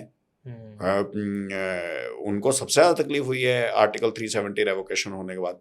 मैंने आपको बताया कि वो आर्टिकल 370 रेवोकेशन के बाद उन्होंने गलवान किया, और जब गलवान के अंदर उनको ब्लडी नोज मिला, जब उनका जो है वो नाक से खून बहा, तो उन्होंने बोला कि हम इतने सालों से पाकिस्तान को क्यों पाल रहे थे। तो वो उन्होंने पाकिस्तान को बोला कि अरे भाई, इन्होंने यहाँ से फौजें उठा के हमारे LAC के ऊपर रख दिया और हमारी जो है पिटाई कर रहे हैं, तो तुम इनको देखो। तो उन्होंने वहां से जहां से फौजें उठी थी वहां अटैक करना शुरू कर दिया। तो उन्होंने पाकिस्तान के थ्रू करना शुरू कर दिया। यही किया उन्होंने, वो अभी भी वैसे ही देखते हैं। उसके बाद जो है तो पहले जो इंट्रूजन करने की कोशिश करते थे चाइनीज आर्मी, वो गलवान के बाद बंद हो गया है और ऐसा हिम्मत नहीं होगा उन लोगों को, चाहे अरुणाचल में हो, सिक्किम में हो, नॉर्थ ईस्ट बेल्ट में हो। टैक्टिक्स बदल दिया है, टैक्टिक्स बदल दिया है। डायरेक्ट तो वो कभी सिर्फ उन्होंने गलवान में ही ट्राई किया है, लेकिन टैक्टिक्स बदल दिया है, दुश्मनी नहीं छोड़ी। ये नहीं चला तो कुछ और ट्राई करते हैं, कर ही रहे हैं, मैं वही बोल रहा हूँ। टैक्टिक्स बदल दिए, स्ट्रेटजी बदल दी है। डायरेक्ट कन्फ्रंटेशन की जगह जो है इनडायरेक्ट कन्फ्रंटेशन पाकिस्तान के थ्रू करनी शुरू कर दी है, और ज़्यादा। पहले भी कर रहे थे, और ज़्यादा उनको और ज़्यादा हथियार, एमुनिशन देना शुरू कर दिया है। उनको सबमरीन्स देनी शुरू कर दिया, उनको मिसाइलें देनी शुरू कर दिया, उनको एयरक्राफ्ट्स देने शुरू कर दिए हैं, उनको उकसाना शुरू कर दिया, उनको बोलना पैसे देना शुरू कर दिया टेररिस्ट्स के लिए, उनको एम्पावर करना शुरू कर दिया। टैक्टिक्स बदल दी है, दुश्मनी नहीं छोड़ी। उनको कोई फर्क नहीं पड़ा गलवान से। ऐसा नहीं है कि वो दब के बैठ गए, उन्होंने कुत्ता छोड़ दिया है। हाँ, सच है। वो बोलते हैं ना, बार्किंग डॉग सेल्डम बाइट्स। नहीं, ये जो कुत्ता है इनका जो है, इसको तो it has to be shot, it will bite otherwise. We have to take care of it. If we are not careful and think कि ये सिर्फ जो है वो कुत्ता सिर्फ भौंकेगा, नहीं, ये भौंकने वाला कुत्ता नहीं है। ये काफ़ी सालों से हमारे से दुश्मनी जो है वो लिए बैठा हुआ है। ये तो काट भी लेगा, अगर हम जो है काट ही रहा है, पहलगाम में काट ही लिया। जब काटा तो हमने जो है गोली मारी उसको, तो जो है और कोई कुत्ते आएंगे और फिर जो है हमारे ऊपर हमला करेंगे, तो वो कर रहे हैं। वहाँ पे चलते हैं, इसराइल पैलेस्टाइन। हम्म, जो पैलेस्टाइन सिंपैथाइजर्स है इंडिया में, उनको आप कैसे देखते हो कैसे देखते हो मतलब? इन टर्म्स ऑफ, एक तो हमारा डेमोक्रेसी है, they are free to voice पर देयर ओपिनियन। पैलेस्टाइन क्या गलत है? पैलेस्टाइन क्या है? क्या गाजा और पैलेस्टाइन में फर्क है? I want to ask you. Gaza और गाजा, पैलेस्टाइन में। हमास में, गाजा में, हम्म, पैलेस्टाइन में क्या फर्क है? क्या क्या पैलेस्टीन को बोलना कि Palestinians are okay, I am fine with Palestine, hmm, is it wrong? Can क्या जो है ये जो है, इज़राइल हमारा दोस्त है, हम्म, बट क्या पैलेस्टाइन हमारा दुश्मन है? नहीं है। ठीक है। तो अगर इज़राइल हमारा दोस्त है और हम जो है उनको हर एक तरीके से सपोर्ट करते हैं, वो भी हमें करते हैं, हम्म, लेकिन पैलेस्टाइन हमारा दुश्मन भी नहीं है। तो हमास हमारा दुश्मन हो सकता है। Hamas is a terrorist organisation, हमने मान लिया, उन्होंने गलत किया, उन्होंने 7 अक्टूबर को गलत किया, उनको बिल्कुल जो है वो ख़त्म कर देना चाहिए, नेस्तो नाबूद कर देना चाहिए। लेकिन पैलेस्टीन को हम एक कंट्री रिकॉग्नाइज कर चुके हैं, आज नहीं बहुत साल पहले कर चुके हैं, और बहुत सारी कंट्रीज अभी भी कर रही हैं, और अभी भी बहुत सारी हम्म, कंट्रीज उसको जो है वो रिकॉग्नाइज करती हैं। क्या क्या जो है पैरिटी है इंडिया और पाकिस्तान, इंडिया और इंडिया के कश्मीर में और पैलेस्टीन के बारे में जब लोग बात करते हैं, इजराइल और पैलेस्टीन? नहीं, वो हमारा इंटेग्रल पार्ट है। Jammu and Kashmir is an integral part of India. Palestine is not an integral part of Israel. क्या it is not. It is not. तो जो लोग पैरिटी करते हैं कि भाई जो है ये एक तरह की सिचुएशन है, वो पैलेस्टीन है, वो ये है, वो डेफिनेटली है, वो नॉट। गलत है। ये इजराइल चाहता है कि इस तरह की पैरिटी जो है वो क्रिएट हो जाएगी। इजराइल को हमारी जरूरत ज्यादा है, हमें इजराइल की जरूरत जो है वो कम है। इजराइल जो है वो चाहता है कि वो बताए कि इंडिया के अंदर भी ऐसी सिचुएशन है, इंडिया भी जो है वो वैसा ही कुछ कर रहा है जैसा हम कर रहे हैं पैलेस्टीन में। हम नहीं कर रहे हैं, वो हमारा इंटेग्रल पार्ट है। वो लोग हमारे से जो है वो खुश हैं, वो सब हमारे कंट्री का जो है हिस्सा है, और हमारे साथ जो है कंधे से कंधा मिलाकर टेररिस्ट्स के खिलाफ लड़ रहे हैं। वो हमारे से अलग नहीं है। वहाँ के लोग आते हैं, इंडियन आर्मी को आके खबर देते हैं, टेररिस्ट से दुखी हैं, और हम उन टेररिस्ट को इलिमिनेट करते हैं। पैलेस्टीन में ये सिचुएशन नहीं है। सो जो लोग बोलते हैं पैलेस्टीन के बारे में बोलना चाहते हैं, बोले, उससे जो है वो उनकी अपनी आइडियोलॉजी है। मेरा सिर्फ कहना यह है कि पैलेस्टीन के बारे में आप तब बोलो जब जो है बोलो, बिल्कुल बोलो, लेकिन तब बोलो हमारी अपनी प्रॉब्लम्स कम है क्या? आप अपनी प्रॉब्लम्स के बारे में बोलो ना पहले। हमारी बहुत सारी प्रॉब्लम्स हैं। हम एक टेररिज्म की प्रॉब्लम जो है वो झेल रहे हैं। हमारे ऊपर जस्ट जो है वो हमला हुआ है पहलगाम के अंदर। हमारी जो है वो अपनी इंटरनल जो है वो बहुत सारी जो है इंटरनल बहुत सिक्योरिटी की प्रॉब्लम्स है। प्रॉब्लम्स हैं, आप उन पे बोलिए। हमारी इकोनॉमिक प्रॉब्लम्स हैं, उन पे बोलिए। हमें पैलेस्टीन के बारे में अभी बोलने की क्या जरूरत है? पहले हमारी प्रॉब्लम्स तो सॉल्व हो जाए। हाँ, किसी की सिंपैथी है और रखना चाहता है तो it's good, it's why not, हो सकता है। मेरे को भी कोई पैलेस्तीनी अच्छा लग सकता है, ठीक है, फिर कोई बात नहीं, उसमें क्या है। बट मेरे पास अभी अपनी और देश की हमारी इतनी सारी प्रॉब्लम्स हैं बोलने के लिए, मैं उस पर बोलूँगा। पर मेरा उनके अगेंस्ट कुछ नहीं है। दोस्त मेरा इजराइल है, लेकिन पैलेस्तीन के भी खिलाफ कुछ नहीं है। आपके व्यूज एपॉलिटिकल क्यों है? एपॉलिटिकल यूँ होने चाहिए। एपॉलिटिकल क्यों होने चाहिए? और वो यूँ होने चाहिए और एपॉलिटिकल के जो है वाजपेयी जी ने कहा था, पार्टियां तो आएंगी, बनेंगी, बिगड़ेंगी, कल हैं आज नहीं है, पर देश रहना चाहिए। और देश कब रहेगा? अगर हम देश को ही पॉलिटिकल लाइंस के ऊपर डिवाइड कर देंगे, और बीजेपी का हो जाएगा, और कोई कांग्रेस का हो जाएगा, और कोई नेशनल हो जाएगा, और कोई एंटी नेशनल हो जाएगा, और कंट्री को ही डिवाइड कर देंगे, तो फिर देश को कौन रोके? देश को कौन प्रोटेक्ट करेगा? अगर जो फौज ही पॉलिटिकल हो जाएगी, अगर जनता ही पॉलिटिकल हो जाएगी, और यूथ ही पॉलिटिकल हो जाएगी, politics is a means to get a stable government, that's it. उसके बाद सब इंडियन है। किसी भी पॉलिटिशियन को या किसी भी पर्सन को, पहले तो मैं एंटी नेशनल नहीं मानता। इंडिया के अंदर सब नेशनलिस्ट है, सबके तरीके अलग अलग है। मैं नहीं मानता किसी को एंटी नेशनल के, यार वन नक्सल ये बकवास। हम्म, हमने अपनी कंट्री को डिवाइड नहीं होने देना है किसी भी हालत में। सब जो है एक देश के नागरिक हैं, सब इकट्ठे हैं इसमें। नेशनल सिक्योरिटी के मामले में इकट्ठे हैं, हमारी फाइट टुवर्ड्स पॉवर्टी के मामले में इकट्ठे हैं, हमारी फाइनेंशियल एम्पावरमेंट के मामले में जो है वो इकट्ठे हैं, एम्प्लॉयमेंट के बारे में जो है वो यूथ की जो है वो इकट्ठे होना चाहिए, वुमेन सिक्योरिटी और सेफ्टी के लिए इकट्ठे होना चाहिए, सपोर्ट फॉर दी फार्मर्स के लिए जो है हमारे को इकट्ठे होना चाहिए। ये हमारे नेशनल इश्यूज हैं कुछ जिसके अंदर कॉन्सेंसस होना चाहिए। कॉन्सेंसस नहीं भी है, अगर डिफरेंट व्यू है, डाइवर्जेंट व्यू है, fine, that does not make me anti national. कोई एंटी नेशनल नहीं है, ठीक है। और अगर कोई बेवकूफ़ों वाली स्टेटमेंट देता है वो बेवकूफ़ है, एंटी नेशनल नहीं है, वो बेवकूफ़ है। अगर कोई बोलता है कि भाई नहीं हमें बताओ एग्जैक्ट कितने रफाल गिरे, वो बेवकूफ़ है, एंटी नेशनल नहीं है। लेकिन वो तो लोग है जज करने के लिए कि इसको वोट दे नहीं दे। वो देखिए ऐसा है कि जो है एक हम अभी कन्फ्रंटेड हैं विद एन एनिमी। ऑप सिंदूर चल रहा है, कोई मतलब नहीं है आर्म्ड फोर्सेस को या उनकी कैजुअलिटीज या उनकी नोशनल कैजुअलिटीज को गिनने का, क्योंकि उससे दुश्मन के नैरेटिव स्ट्रांग होता है। हम जो है किसी भी पार्टी से बिलोंग करते हो, हम कोई भी आइडियोलॉजी रखते हो, हम किसी भी हालत में दुश्मन को मजबूत नहीं कर सकते, और उसके लिए कोई भी कीमत हमें पे करनी पड़े, चाहे हमें सत्ता से भी दूर रहना पड़े, हमें पे करने के लिए तैयार रहना चाहिए। अगर हम नहीं करते तो हम खुदगर्ज हैं। हम एंटी नेशनल नहीं हैं, फिर भी हम खुदगर्ज हैं, हम एंटी नेशनल फिर भी नहीं है। इस देश के अंदर कोई भी एंटी नेशनल नहीं है अनटिल वो अपने को एंटी नेशनल प्रूव कर दे दुश्मन के साथ मिलके, तब तक कोई आदमी एंटी नेशनल नहीं है। True. Is democracy the finest form of government? Yeah, we don't know yet. We don't know yet. Democracy एक अच्छा जरिया है।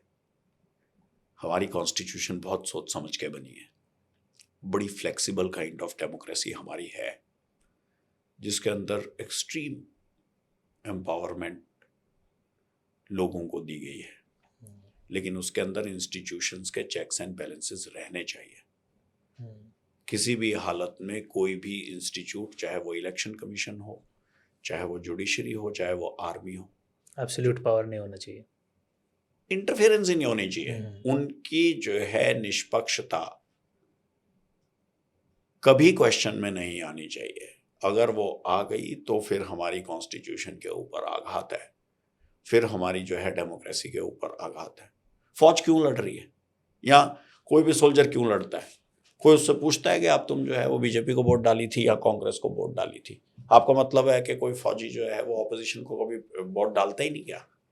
नहीं डालते क्या? और वो लड़ते नहीं क्या? फिर वो उससे कोई पूछता है, दुश्मन की गोली पूछती है कि किसको वोट डाल के आया है, कि नहीं इसको डाल के आया है तो कर दो या उसको कर दो, तो फिर कोई एंटी नेशनल कैसे? और दूसरा जो है ये वोटिंग प्रोसेस जो है, हर एक की वोट की इज्जत रहनी चाहिए, और उसके लिए लड़ रहे हैं कि हर एक आदमी का जो है से जे जो बोलता है उसका भी से उतना ही है जितना मैं बोलता हूँ। वैसे ही कोई सड़क के ऊपर चलता हुआ आदमी, उसका भी से उतना ही है जितना इक्वल राइट्स। और अगर जो है हमारी इंस्टीट्यूशंस जो है judiciary and election commission and may be even the armed forces अगर जो है सैबोटाज हो जाएंगी, विंडिक्टिव हो जाएंगी, बायस्ड हो जाएंगी, तो फिर डेमोक्रेसी का कोई मतलब ही नहीं है, फिर कॉन्स्टिट्यूशन का कोई मतलब नहीं है, फिर उस सोल्जर के जो है वो बॉर्डर पे लड़ने का कोई मतलब नहीं है, क्योंकि वो उसी कॉन्स्टिट्यूशन के लिए लड़ रहा है, उस पावर के लिए लड़ रहा है, उस एम्पावरमेंट के लिए लड़ रहा है, उस चीज़ के लिए लड़ रहा है कि हर एक आदमी इस कंट्री के अंदर इक्वल है। आपको लगता है डीप स्टेट का इन्वॉल्वमेंट है in destabilising India? We are stable. We are stable, but there Which are deep state? efforts to वो ऐसे कोई 40, 50, 90 साल के कोई ऐसे बूढ़े दूसरी कंट्री के अंदर बैठे हुए इंडिया जैसी कंट्री को डिस्टेबलाइज कर देंगे तो ऐसी शगुफा है। हमारे को कौन डिस्टेबल कर सकता है? करते रहो एफर्ट, ऐसे क्या होता है? वो हाथी अपनी चाल बदलता है क्या? कुत्ते के भौंकने से कुछ नहीं होता है। हम कोई डिस्टेबल नहीं है, डिस्टेबलाइज नहीं होने वाले ना हैं, और ना ही कोई जो है कर सकता है। और ये जो है अगर बोगी कोई क्रिएट करना चाहता है, उनके पॉलिटिकल स्टंट है, मैं इसमें कोई पढ़ना नहीं चाहता, हमारे को कोई फर्क नहीं पड़ता इससे कुछ भी, किसी ने ये कर दिया, किसी ने वो कर दिया, अरे वो हो गया सो। आप कैसे कैसे कर देंगे डिस्टेबलाइज? क्या है किसी के पास पावर एंड अथॉरिटी? और क्यों हम इस स्टेट के अंदर हैं कि कोई टुच्चू पुच्चू आदमी, कोई 80 साल का दूसरी कंट्री के अंदर बैठा हुआ 90 साल का जो है हमारी कंट्री को डिस्टेबलाइज कर सकता है? इतनी किसकी औकात है जो ऐसे कर देगा? और क्यों हम उसको इतनी इंपॉर्टेंस दे रहे हैं कि वो हमारी जो है कंट्री को डिस्टेबलाइज कर देगा? हमारी कंट्री को अगर कोई डिस्टेबलाइज कर सकता है तो वो हम कर सकते हैं, हमारे अलावा कोई नहीं कर सकता, और हम ऐसा होने नहीं देंगे। इंडिया की आर्म्ड फोर्सेस ऐसा होने नहीं देंगी। इंडिया के जो है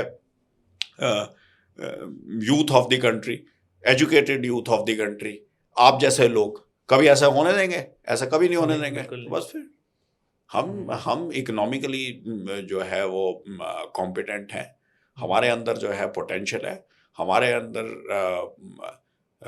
मिलिट्री कैपेबिलिटी है, इकोनॉमिक कैपेबिलिटी है, इंटेलेक्चुअल कैपेबिलिटी है, यूथ पावर है। हमारे को कौन डिस्टेबलाइज कर सकता है? हम कर देंगे किसी भी कंट्री को डिस्टेबलाइज, अगर करने की जरूरत पड़ेगी तो आज हिला देंगे हम, अगर जरूरत पड़ेगी तो किसी भी कंट्री को। हमारा डायस्पोरा वहाँ पे बैठा है, उनकी जो है वो मिनिस्ट्री के अंदर में मोस्टली कंट्रीज के अंदर जो है, एक चाइना को छोड़ के बाकी सारी कंट्रीज के अंदर अगर जो है हमारे को जरूरत पड़ेगी तो हम कंसिडरेबल इम्पैक्ट रखते हैं उनकी पॉलिटिकल इकोनॉमिक लाइफ के अंदर, चाइना को छोड़ के। बाकी सब कंट्रीज के अंदर इकोनॉमिकल पॉलिटिकल माइट के अंदर हम इंडियंस जो है वो बहुत कंसिडरेबल से रखते हैं। तो कोई हमें बोलेगा यार ये डिस्टेबलाइज कर रहे हैं वहाँ पे बैठ के, वो वही वाली बात हो जाएगी। कोई नहीं कर सकता है किसी और कंट्री को इस तरह से डिस्टेबलाइज। कल को कोई इंडिया को बोल दे कि ये जो है यूएसए को डिस्टेबलाइज करने की कोशिश कर रहे हैं, कर सकते हैं हम क्या? मुश्किल है। कल को कोई बोल दे अदानी कर रहा है डिस्टेबलाइज करने की कोशिश जो है वो यूएस को, तो बेवकूफ़ी होगी वहाँ के पॉलिटिशियंस की अगर इस तरह की बात करेंगे तो। वो वैसे भी 2-3 दिन के लिए बात चलेगी न्यूज़ में, दैट्स इट। तो वैसे ही है। ग्लोबल न्यूज़ चैनल होना चाहिए इंडिया के पास, होना चाहिए, जैसे स्काई न्यूज़, अल जजीरा, क्योंकि ऑपरेशन सिंदूर में देखा गया इन्फॉर्मेशन एंड ऑप्टिक्स। बिल्कुल होना चाहिए, बिल्कुल होना चाहिए। क्यों नहीं है? ट्राई नहीं है या कल्चर नहीं है? क्यों नहीं है? आसान रोटी खाने की आदत पड़ गई है। टीआरपीज यहीं पर ही जो है वो मिल जाती हैं। आपने किसी जर्नलिस्ट को ग्राउंड पे जाके कवर करते हुए रिपोर्ट देखा है? कोई जर्नलिस्ट रिपोर्ट नहीं करता। उसको तो छोड़ दो, वॉर रिपोर्टिंग तो छोड़ दो, वॉर रिपोर्टिंग तो छोड़ ही दो। यहाँ तो इलेक्शन रिपोर्टिंग नहीं करता कोई। स्टूडियो के ऊपर बैठ के ही सारे के सारे जो है एआई से बनाए हुए मॉडल्स बन जाते हैं, और वो बन जाते हैं, एग्जिट पोल्स बन जाते हैं, एंड पीपल हैव। पहले कभी किसी ज़माने के अंदर हर एक जो है वो नुक्के चौबारे के ऊपर जर्नलिस्ट जाके बैठ के वहाँ पे रिपोर्ट बनाते थे या बात करते थे, या इलेक्शन की कम से कम रिपोर्टिंग होती थी। हमने वो छोड़ दिया है वो, क्योंकि तरीका जो है वो मुश्किल है, कि वो तरीका जो है मोर एक्सपेंसिव है, उसके अंदर पेमेंट करनी पड़ती है जर्नलिस्ट्स की, उनको ग्राउंड के ऊपर जाना पड़ता है और फिर जो है वो सपोर्ट करना पड़ता है। हमारी जो है वो ग्लोबल चैनल और ग्लोबल उसको के अंदर हम इन्वेस्टमेंट नहीं करना चाहते। हम टोटली कमर्शली वाइबल एंटिटीज़ बन गए हैं। हमारा मीडिया पूरा का पूरा कमर्शली जो है वो बन गया है कि कमर्शियल एंगल जो है वो सिर्फ जो है वो देखता है। जर्नलिज्म के अंदर ना तो वो करज रह गया है, ना कन्विक्शन रह गई है। झूठ बोलते हैं लोग, झूठ बोलते हैं लोग, ठीक है। बिना पढ़े किताब को लोग जो है बता देते हैं कि ये फ्रॉड है या प्रोपोगेंडा है, पढ़ते नहीं है। बिना जाए वहां पे लोग बता देते हैं कि क्या हो रहा है। जिन्होंने J&K को देखा नहीं वो डिफेंस जर्नलिस्ट बने हुए हैं। जिन्होंने कभी जो है किताब पढ़ी नहीं, मेरी लाइफ के ऊपर एक किताब थी जिसको बिना पढ़े ही लोगों ने बोल दिया ये प्रोपोगेंडा है, इंडियन यहीं पर ही जर्नलिस्ट्स ने, एंड टैग लगा दिया एक। हाँ, टैग लगा दिया। झूठ, तो पढ़ी ही नहीं, किताब ही नहीं पढ़ी। पढ़ो तब तो पता चलेगा कि झूठ है कि सच है। तो यू नो, और उसका फॉरवर्ड एक बड़ी प्रोमिनेंट जर्नलिस्ट ने लिखा था। जस्ट बिकॉज वो पीएमओ ने रिलीज कर दी तो वो जर्नलिस्ट नाराज हो गई। यू नो, जस्ट बिकॉज वो पीएमओ ने रिलीज कर दी वो किताब, तो एक पर्टिकुलर सेक्शन जो है मीडिया के अंदर उन्होंने उसका व्यू ये लिया कि शायद ये प्रोपोगेंडा है, क्योंकि उन्होंने डिवाइड कर रखा है कंट्री को जो है दो के अंदर। यहाँ तो आप ऑपोजिशन में हो या गवर्नमेंट के साथ हो, न्यूट्रल तो कोई हो ही नहीं सकता।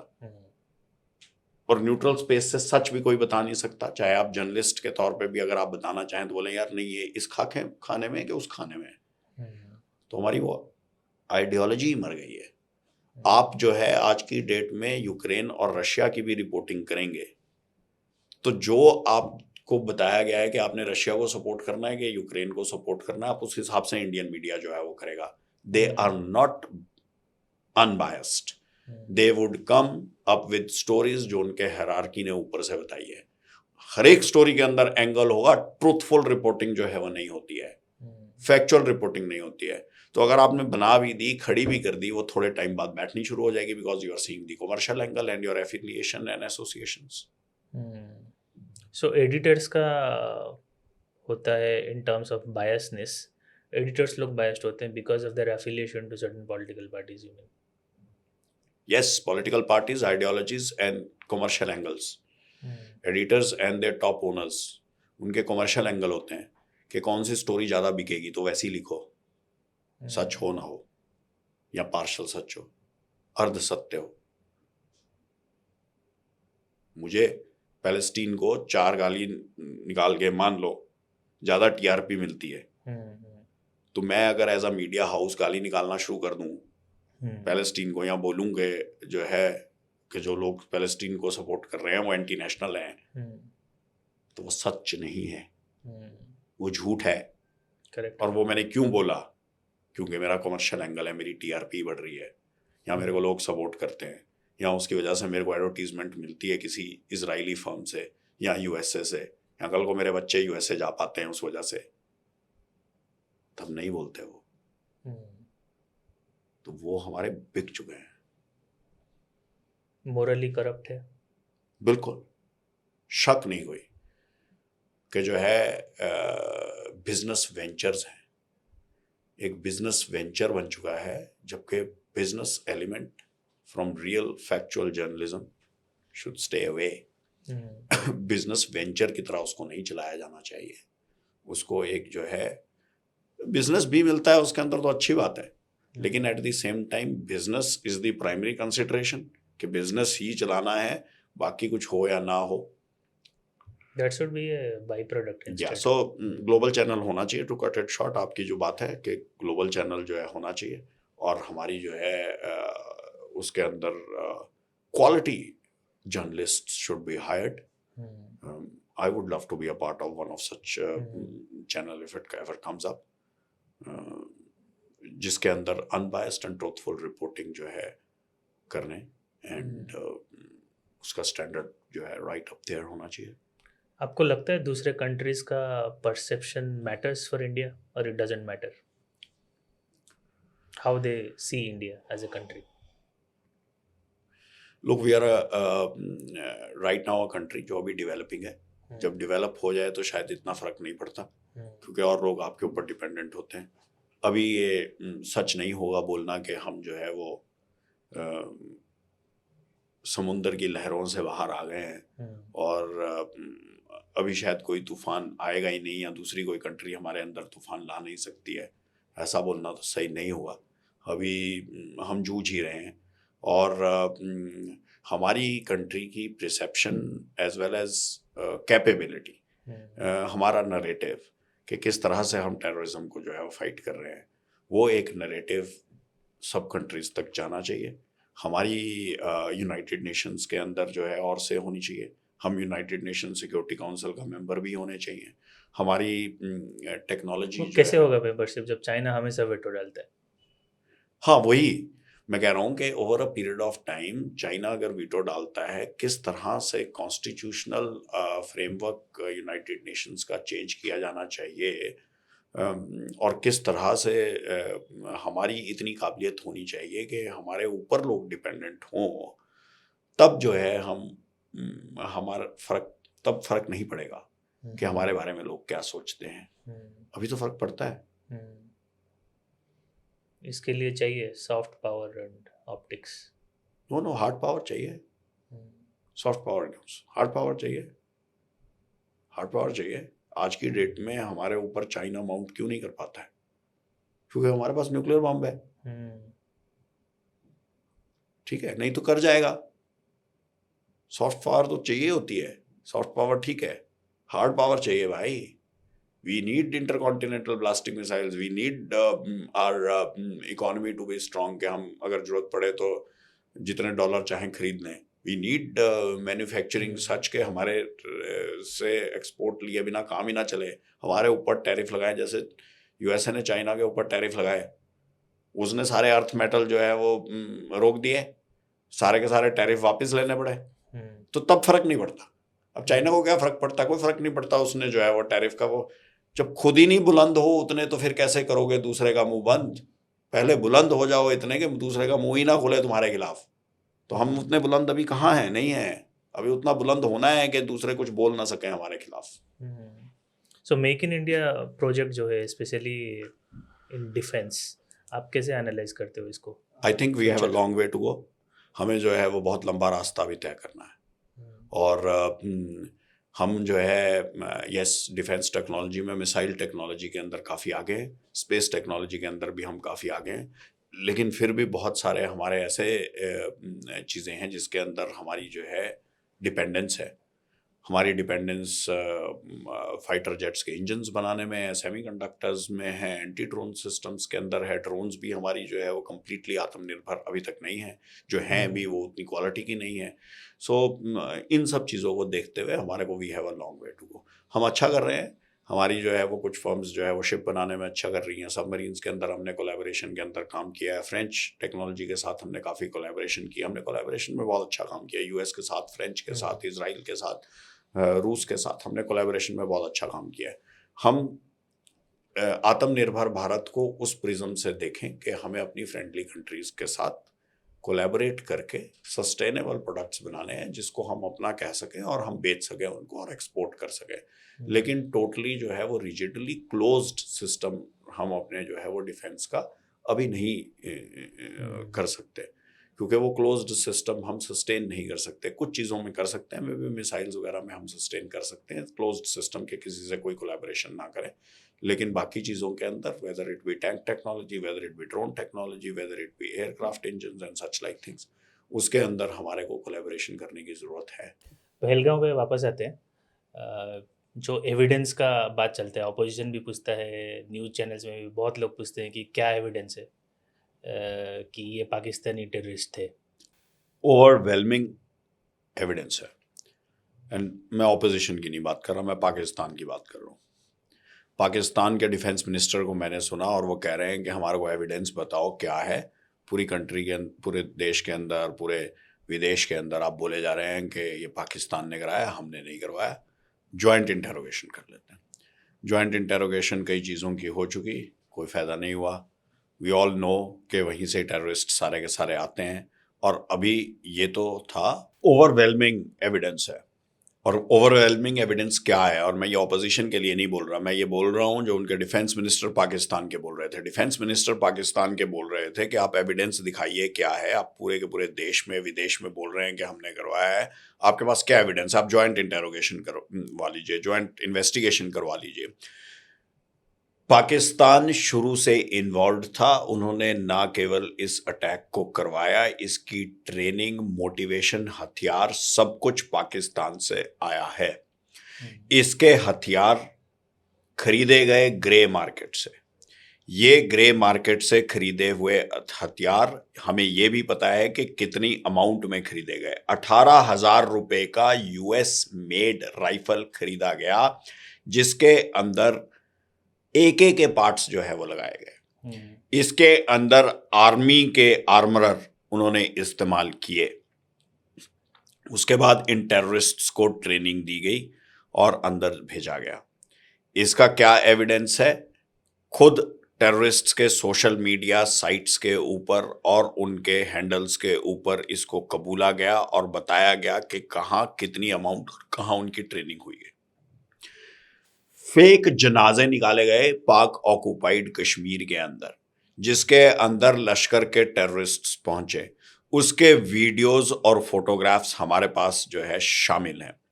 ये टेररिस्ट्स वहां पर बड़े हुए, पले, उनके रिश्तेदार वहां पर मौजूद हैं। Concrete physical evidence in flash and blood is available with India that these terrorists not only carried out the attack, but they were trained, funded, equipped by Pakistan, and they were Pakistani nationals, and their pedigree पूरी सारी की सारी पीछे जो उनके जो है flash and blood में उनके मदर फादर फ्रेंड्स स्कूल्स सब जो है वो आइडेंटिफाई किए गए हैं। इन वेपन्स का फोरेंसिक कराया गया और उन जो टेररिस्ट्स मारे गए, 3 टेररिस्ट्स हमने मारे, उन टेररिस्ट्स के वेपन्स का फोरेंसिक कराया गया और उन वेपन्स से फायर किए हुए एमुनिशन को चेक किया गया, उसका फोरेंसिक कराया गया। दोनों मिलते हैं, सेम है। ये जो वेपन्स हैं, जो वेपन्स मिले हैं, इन वेपन्स की जो है वो सारे के सारे फॉरेन मेड वेपन्स हैं। None of them is a local made weapon. Pakistan पहले भी इस तरह के वेपन्स जो है वो टेररिस्ट्स को देता रहा है। उसके बाद आप आ जाइए उनके सर्कमस्टेंशियल और भी जो उनके पास जो है सामान मिला है, इक्विपमेंट मिला है, जितने समय से वो आए हैं, क्या जो है उन्होंने रूट इस्तेमाल किया है, सब कुछ अवेयर है। तो इसके अंदर कोई अयोटा क्या मतलब इतना लेश भर का भी कोई शक नहीं है कि वो पाकिस्तानी टेररिस्ट थे। उनमें से एक टेररिस्ट JNK का था जो गया था कई साल पहले, 5 से 6 साल पहले, वहाँ पे नॉर्मल एजुकेशन करने के लिए वैलिड वीज़ा के साथ। हाउएवर उसको वहाँ पे इंडोक्ट्रिनेट करके उसको ट्रेन किया गया और उसको भी इक्विप किया गया और उसको तैयार किया गया यहाँ पे अटैक करने के लिए, और वो इन्फिल्ट्रेट होके आया।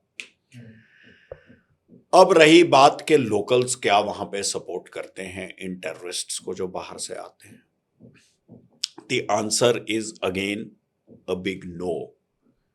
मैं आपको क्लियरली बता दूं, बाकी सारी लोगों के बीच में धारणा है कि शायद लोकल सपोर्ट उनको बहुत ज़्यादा अवेलेबल है। ये लोकल सपोर्ट 1 से 2% के भी नहीं है। लोकल लोग टेररिस्ट्स को पसंद नहीं करते। लोकल लोग, आप कोई भी किसी का एजेंडा हो, मैं क्लियरली आपको बताता हूं, मैंने 6 साल वहां पे बिताए हैं। मैक्सिमम इंटेलिजेंस टेररिस्ट्स के अगेंस्ट वहां के लोकल मुस्लिम्स ही देते हैं, हिंदू नहीं, मुस्लिम्स देते हैं। और ह्यूमन इंट से ही मैक्सिमम टेररिस्ट्स जो है वो मारे जाते हैं, टेक्निकल इंट से नहीं, ह्यूमन इंट से। टेक्निकल इंट को हमेशा ह्यूमन इंटेलिजेंस से हम कोलैबोरेट करते हैं और फिर जो है टेररिस्ट्स एलिमिनेट होते हैं इन सर्जिकल स्ट्राइक्स। उनके हाइडआउट्स पकड़े जाते हैं और हम उनको मारते हैं ताकि कोई कोलैटरल डैमेज ना हो। आपने सुना नहीं होगा पिछले जो है 10-12 साल के अंदर के कोलैटरल डैमेज कोई हुआ जब टेररिस्ट्स मारे गए। पिन पॉइंट 2 टेररिस्ट्स मारे गए, 3 मारे गए, 4 मारे गए। आसपास के लोग कोई नहीं मारे जाते क्योंकि लोकल लोग उनको सपोर्ट नहीं कर रहे हैं। उन्होंने ही बताया है कहाँ टेररिस्ट छुपे हैं। उस जगह के ऊपर जब एक्शन होता है, एम्बुश होती है या कॉर्डन एंड सर्च उस पर्टिकुलर एरिया के अंदर होता है, तो टेररिस्ट जो है वो एलिमिनेट होते हैं। सो ये जो है these kind of terrorist attacks जो होते हैं, इसके अंदर प्री प्लान्ड पाकिस्तानी एजेंडा है। वाइस प्रेसिडेंट USA के आए थे, उसके हिसाब से उन्होंने डेट चूज किया। एक लार्जर मैसेज देना चाहते थे। एक हफ्ता पहले मुनीर ने जो है स्टेटमेंट दी कि कैसे हम जो है वो डिफरेंट हैं, और इस तरह का अटैक जो है वो किया गया। आर्टिकल 370 रेवोकेशन के बाद क्या चेंजेस आए हैं? आर्टिकल 370 रेवोकेशन के बाद there have been some phenomenal changes that have taken place. एक तो जो है वो एडमिनिस्ट्रेशन के अंदर जो है the way the things are, वो बहुत चेंज हुई है। मैं आपको एक इंस्टेंस जो है वो बताता हूँ, और ये कोई मैं उदाहरण नहीं देना चाहता उस टाइम के पुलिस किस तरह से जो है काम कर रही थी। एक ओवरग्राउंड वर्कर था, उसको हम लॉन्चर के नाम से जानते थे वहाँ पे, क्योंकि उसके पास रॉकेट लॉन्चर एक बारी मिला था जब आर्मी ने वहाँ पे रेड मारी थी। जब मैंने टेक ओवर किया तो मेरे पिछले कंपनी कमांडर ने बताया कि ये बंदा जो है वो OGW है A class. OGW overground worker terrorist का A क्लास है। उसका पूरा नाम छोड़िए, लॉन्चर करके था उसका नाम, उसको निक नेम लॉन्चर देकर रखा था। हम उसके घर के ऊपर नजर रखते थे। एक दिन खबर मिली कि टेररिस्ट्स वहां पे रोजा तोड़ने के लिए आ रहे हैं, शाम को आते हैं। मस्ती करने के लिए आते हैं शाम को, जब दिन भर जंगल में रहते हैं, फिर शाम को रोज़ा तोड़ते हैं और फिर वहीं पर ही रहते हैं रात। उसकी 2 लड़कियां भी थी और फिर उसके बाद सुबह जो है चले जाते हैं। हम्म, ऐसी खबर मिली। तो ये खबर कोई पुख्ता नहीं थी, ऐसी सरसरी सी जो है वो खबर थी। तो हमने जो है मैंने एक पार्टी को भेजा और उसके घर के रास्ते पे एम्बुश लगाई और उनको क्लियर हिदायत दी कि भाई एम्बुश ही लगेगी, इसके अलावा कुछ करना नहीं आपने। अगर कोई जो है टेररिस्ट दिखता है और वो दिखता है तो एम्बुश में आता है तो ठीक है, अगर दूर से दिखता है तो आपने बुलाना, बाकी और पार्टी भी आएगी, मैं भी पहुंचूंगा वहां पे। वो मेरी पोस्ट से रनिंग डिस्टेंस था कोई 30-40 मिनट का। जब मेरी पार्टी वहां पे पहुंची तो थोड़ा सा लेट हो गया और उनको खिड़की में नजर आ गया लॉन्चर के घर में कि टेररिस्ट खड़ा है, हथियार भी क्लियर नजर आ गया। एम्बुश के लिए वो लेट हो गए थे, वो पहले ही पहुंच गए, टेररिस्ट थोड़ा जल्दी आ गए उस दिन। तो उन्होंने जो है वो कॉर्डन करने की कोशिश की और सोचा कि हम जो है वो अंदर जो है वो कर देंगे इसको, अंदर we will burst in and we will hit, अंदर ही जाके करेंगे। कॉर्डन बाहर से लगाया और मैंने उनको क्लियरली बोला, उन्होंने मुझे बताया कि सर दिख रहा है अंदर टेररिस्ट्स और जो है हमने कॉर्डन लगा दिया है, ऐसा रेडियो सेट पे उन्होंने मुझे बताया। मैं कहा मेरे आने का इंतजार करो, किसी भी हालत में कोई अंदर नहीं जाएगा। कि नहीं सर्च के लिए चले जाते हैं। मैंने कहा नहीं, कुछ करने की जरूरत नहीं, आप वहीं रुकिए। उसके 2 मिनट बाद मेरे को मोटरोला सेट के ऊपर जो है वो मैसेज आता है कि फायरिंग हो गई और जो है वो जो गेट था उसके ऊपर ही हमारे एक जवान के गोली लग गई। वो 3 टेररिस्ट्स थे और एक जो है बाहर घास जो पड़ा होता है गाय वगैरह के लिए चारा जो पड़ा होता है उसके अंदर उन्होंने एक संतरी बिठाया था।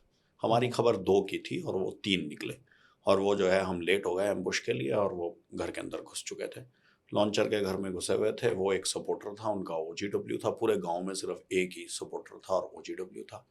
वो जाके जो है लॉन्चर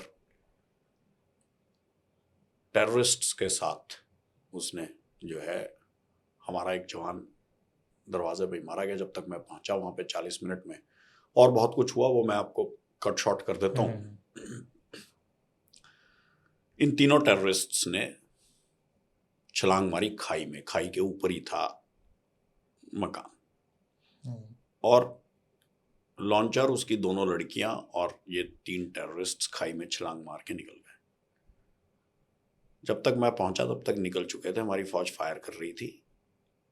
एक टेररिस्ट को अगले दिन हमने जो है ढूंढ के इलिमिनेट कर दिया। उसमें से 2 टेररिस्ट बच के निकल गए। लॉन्चर और उसकी लड़की जाके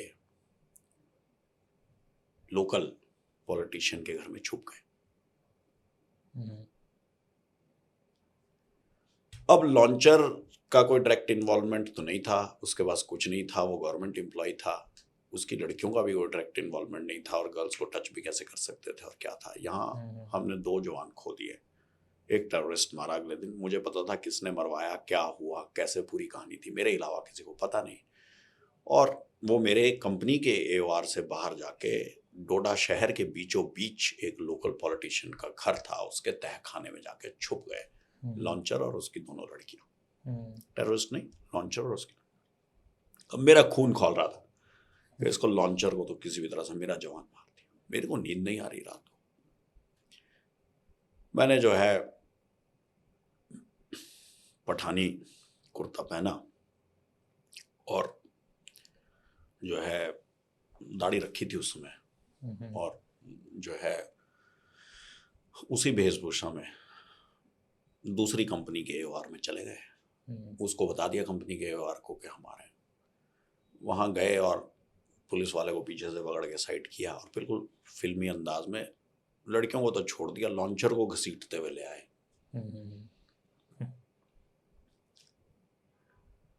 अब 2 वो थे। अब ह्यूमन राइट्स वायलेशन हो जाती है अगर उसको मार देते तो। हमने उसको पुलिस को हैंड ओवर कर दिया।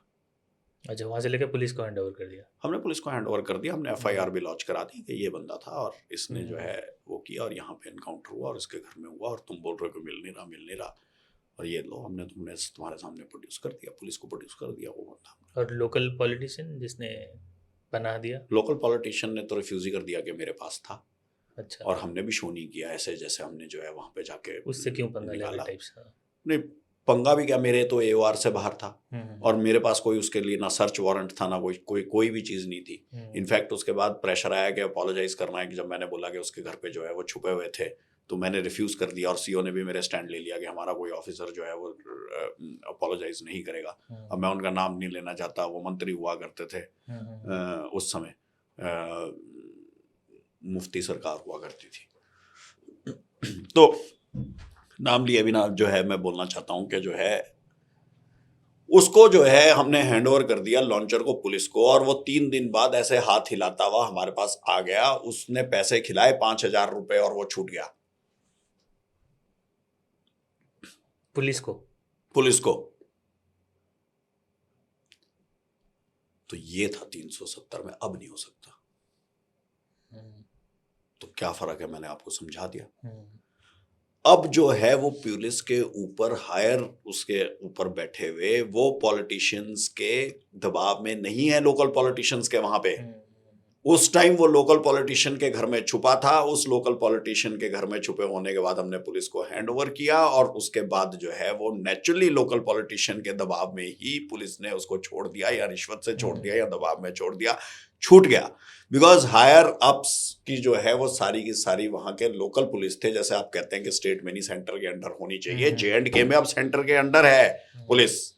It is no longer under the state, because it's no longer a state, it's a union territory. वैसे बाकी स्टेट्स में भी होना चाहिए, बट देखते हैं। नो, दैट इज वो अलग हैं। बाकी स्टेट्स के अंदर जो है वो लॉ एंड ऑर्डर और उसकी कंडीशंस डिफरेंट है। यहाँ पे डायरेक्ट जो है वो फॉरेन इन्फ्लुएंस है, और जो है बाहर से टेररिस्ट्स आते हैं। ये तीनों के तीनों टेररिस्ट्स जो है वो फॉरेन नेशनल्स थे, और ये यूज कर रहे थे वहाँ पे लोकल OGW को, और ये फीमेल्स उनको जो है वो हेल्प कर रही थी। वो फीमेल शायद अभी भी वहाँ रह रही होंगी, मुझे पता नहीं, लेकिन जो है या इस तरह की जो इंसिडेंट्स जो है 370 में होते थे। और सामने जो हमारे जवानों के शहादत मरने के पीछे जो है जो लोग शामिल थे, वो हमारे सामने जो है वो सीना तान के चलते थे, और हम उनको कुछ नहीं कर सकते थे। वो अब नहीं हो सकता। करेक्ट। रशिया यूक्रेन में आते हैं, कितना टाइम चलेगा वार? रशिया यूक्रेन मुझे नहीं लगता कि 1-1.5 महीने से ज़्यादा और चलेगी लड़ाई। मेरे को जिस तरह से लग रहा है कि जिस तरह से पीक हो रही है, ये अभी क्लाइमैक्स हो ही गया, and the way things are moving. Russia ने जिस तरह से मोबिलाइज की है अपनी फोर्सेस, मैक्सिमम एरिया जो है वो डॉनबास का एरिया लेने में वो इंटरेस्टेड होगा, and with in but Zelensky राजी होगा देने के लिए पीसफुली? ऑप्शन क्या पीसफुली कहाँ, वो मिलिटरीली ले लेंगे, मिलिटरी ले लेंगे? मिलिटरीली ले लेंगे। जो नेगोशिएशन चल रहा है उसका, जो नेगोशिएशन चल रहा है, जितना तो नेगोशिएशन से हो जाए तो अच्छा है कि दे दो, और अगर नहीं दो तो फिर ले लो। वैसे ही जो है वो लड़के ले लेंगे। सर आप आर्मी छोड़ने के बाद कैसे जुड़े हुए हैं आर्मी से? अभी भी कुछ प्रोजेक्ट से क्या करते हो आप? You can leave the army, but army never leaves you, and it stays with you. It's in my heart. My combat dress अभी आप देखेंगे तो वो आर्मी जो है वो जाती नहीं कभी दिल से। अभी एक जो है पिछले 2-3 दिनों में एफर्ट है कि हमारे जवानों के जो बच्चे हैं उनकी उतनी जवानों की विजन नहीं हो पाती, और फाइनेंशियल कंडीशन भी ऐसी नहीं होती कि वो फॉरेन यूनिवर्सिटीज़ के अंदर क्वालिटी एजुकेशन जो है कर पाए। मैं इसमें यहाँ पे ब्रेन ड्रेन की बात नहीं कर रहा, ना मैं उसको सपोर्ट करता हूँ। मैं बात कर रहा हूँ कि हमारे जो है यूथ, हमारे पास लार्जेस्ट यूथ मैन पावर है, बहुत पॉपुलेशन है, हमारी लार्जेस्ट पॉपुलेटेड कंट्री है हम। हमारे यूथ को जॉब्स भी चाहिए और क्वालिटी एजुकेशन भी चाहिए। वो हमारी इंस्टीट्यूट से भी चाहिए, बाहर के इंस्टीट्यूट से भी चाहिए। हमारे को जो है वो ऑस्ट्रेलिया के साथ कोलैबोरेट करना है। वो क्वाड का नेशन है, उनके पास बहुत रिसोर्सेज है, अबंडेंट रिसोर्सेज है, और हमारे पास अबंडेंट मैन पावर है। उन रिसोर्सेज को अबंडेंट मैन पावर कैसे यूज कर सकती है, अगर वो वहाँ पे जाके कोलैबोरेशन के साथ पढ़ें, और फिर जो है वो इंटीग्रेटेड जॉब्स जो है यहाँ पे भी करें, वहाँ पे भी करें। So they can be global citizens also. So हम एक जो है कोशिश कर रहे हैं, मैं तो नहीं कह सकता, लेकिन मैं सिर्फ एक फैसिलिटेटर बन रहा हूँ। एक हेल्पिंग हैंड्स है गैरी जी का, जो कि 2023 में Australian of the year nominate हुए थे। वो 200 के करीब आर्मी जवान्स के जो बच्चे हैं उनको free of cost education provide करना चाहते हैं टॉप बिजनेस स्कूल यूबीएसएस में। एंड उसके लिए हम ढूंढ रहे हैं सूटेबल मेरिटोरियस आर्मी जवान्स या फिर विक्टिम्स ऑफ टेररिस्ट एक्ट्स के किड्स जो जाएं और वहां पे जाके क्वालिटी एजुकेशन रिसीव करें। अगर कोई भी हो जो आपकी नज़र में है, please send the details to me, we will put forward the case to mister Gary and helping hands. Yeah very commendable. Thank you. बहुत अच्छा लगा सर आपसे बात करके। You are really passionate of whatever you are speaking. Thank you so much sir for joining the show. Jai, मैं I am impressed with you. और मैं क्यों इम्प्रेस्ड हूँ कि आप एक ट्रू ग्लोबल सिटीजन हो जिसकी रूट्स फर्मली जो है वो इंडिया के अंदर हैं। Despite being under a tight schedule and being a professional in HR field, आप जो है अपना पैशन फॉलो कर रहे हो। पैशन जो है फोटोग्राफी में फॉलो कर रहे हो, पैशन जो है वो पॉडकास्ट के अंदर फॉलो कर रहे हो। बहुत कम लोग ऐसे होते हैं जो अपने पैशन को और प्रोफेशन को इक्वली बैलेंस करके और जो है एंजॉय कर पाते हैं और कंटेंटमेंट रिसीव कर पाते हैं। Hats off to you, more success to you and happiness always. Thank you so much sir. Thank you. Really inspiring.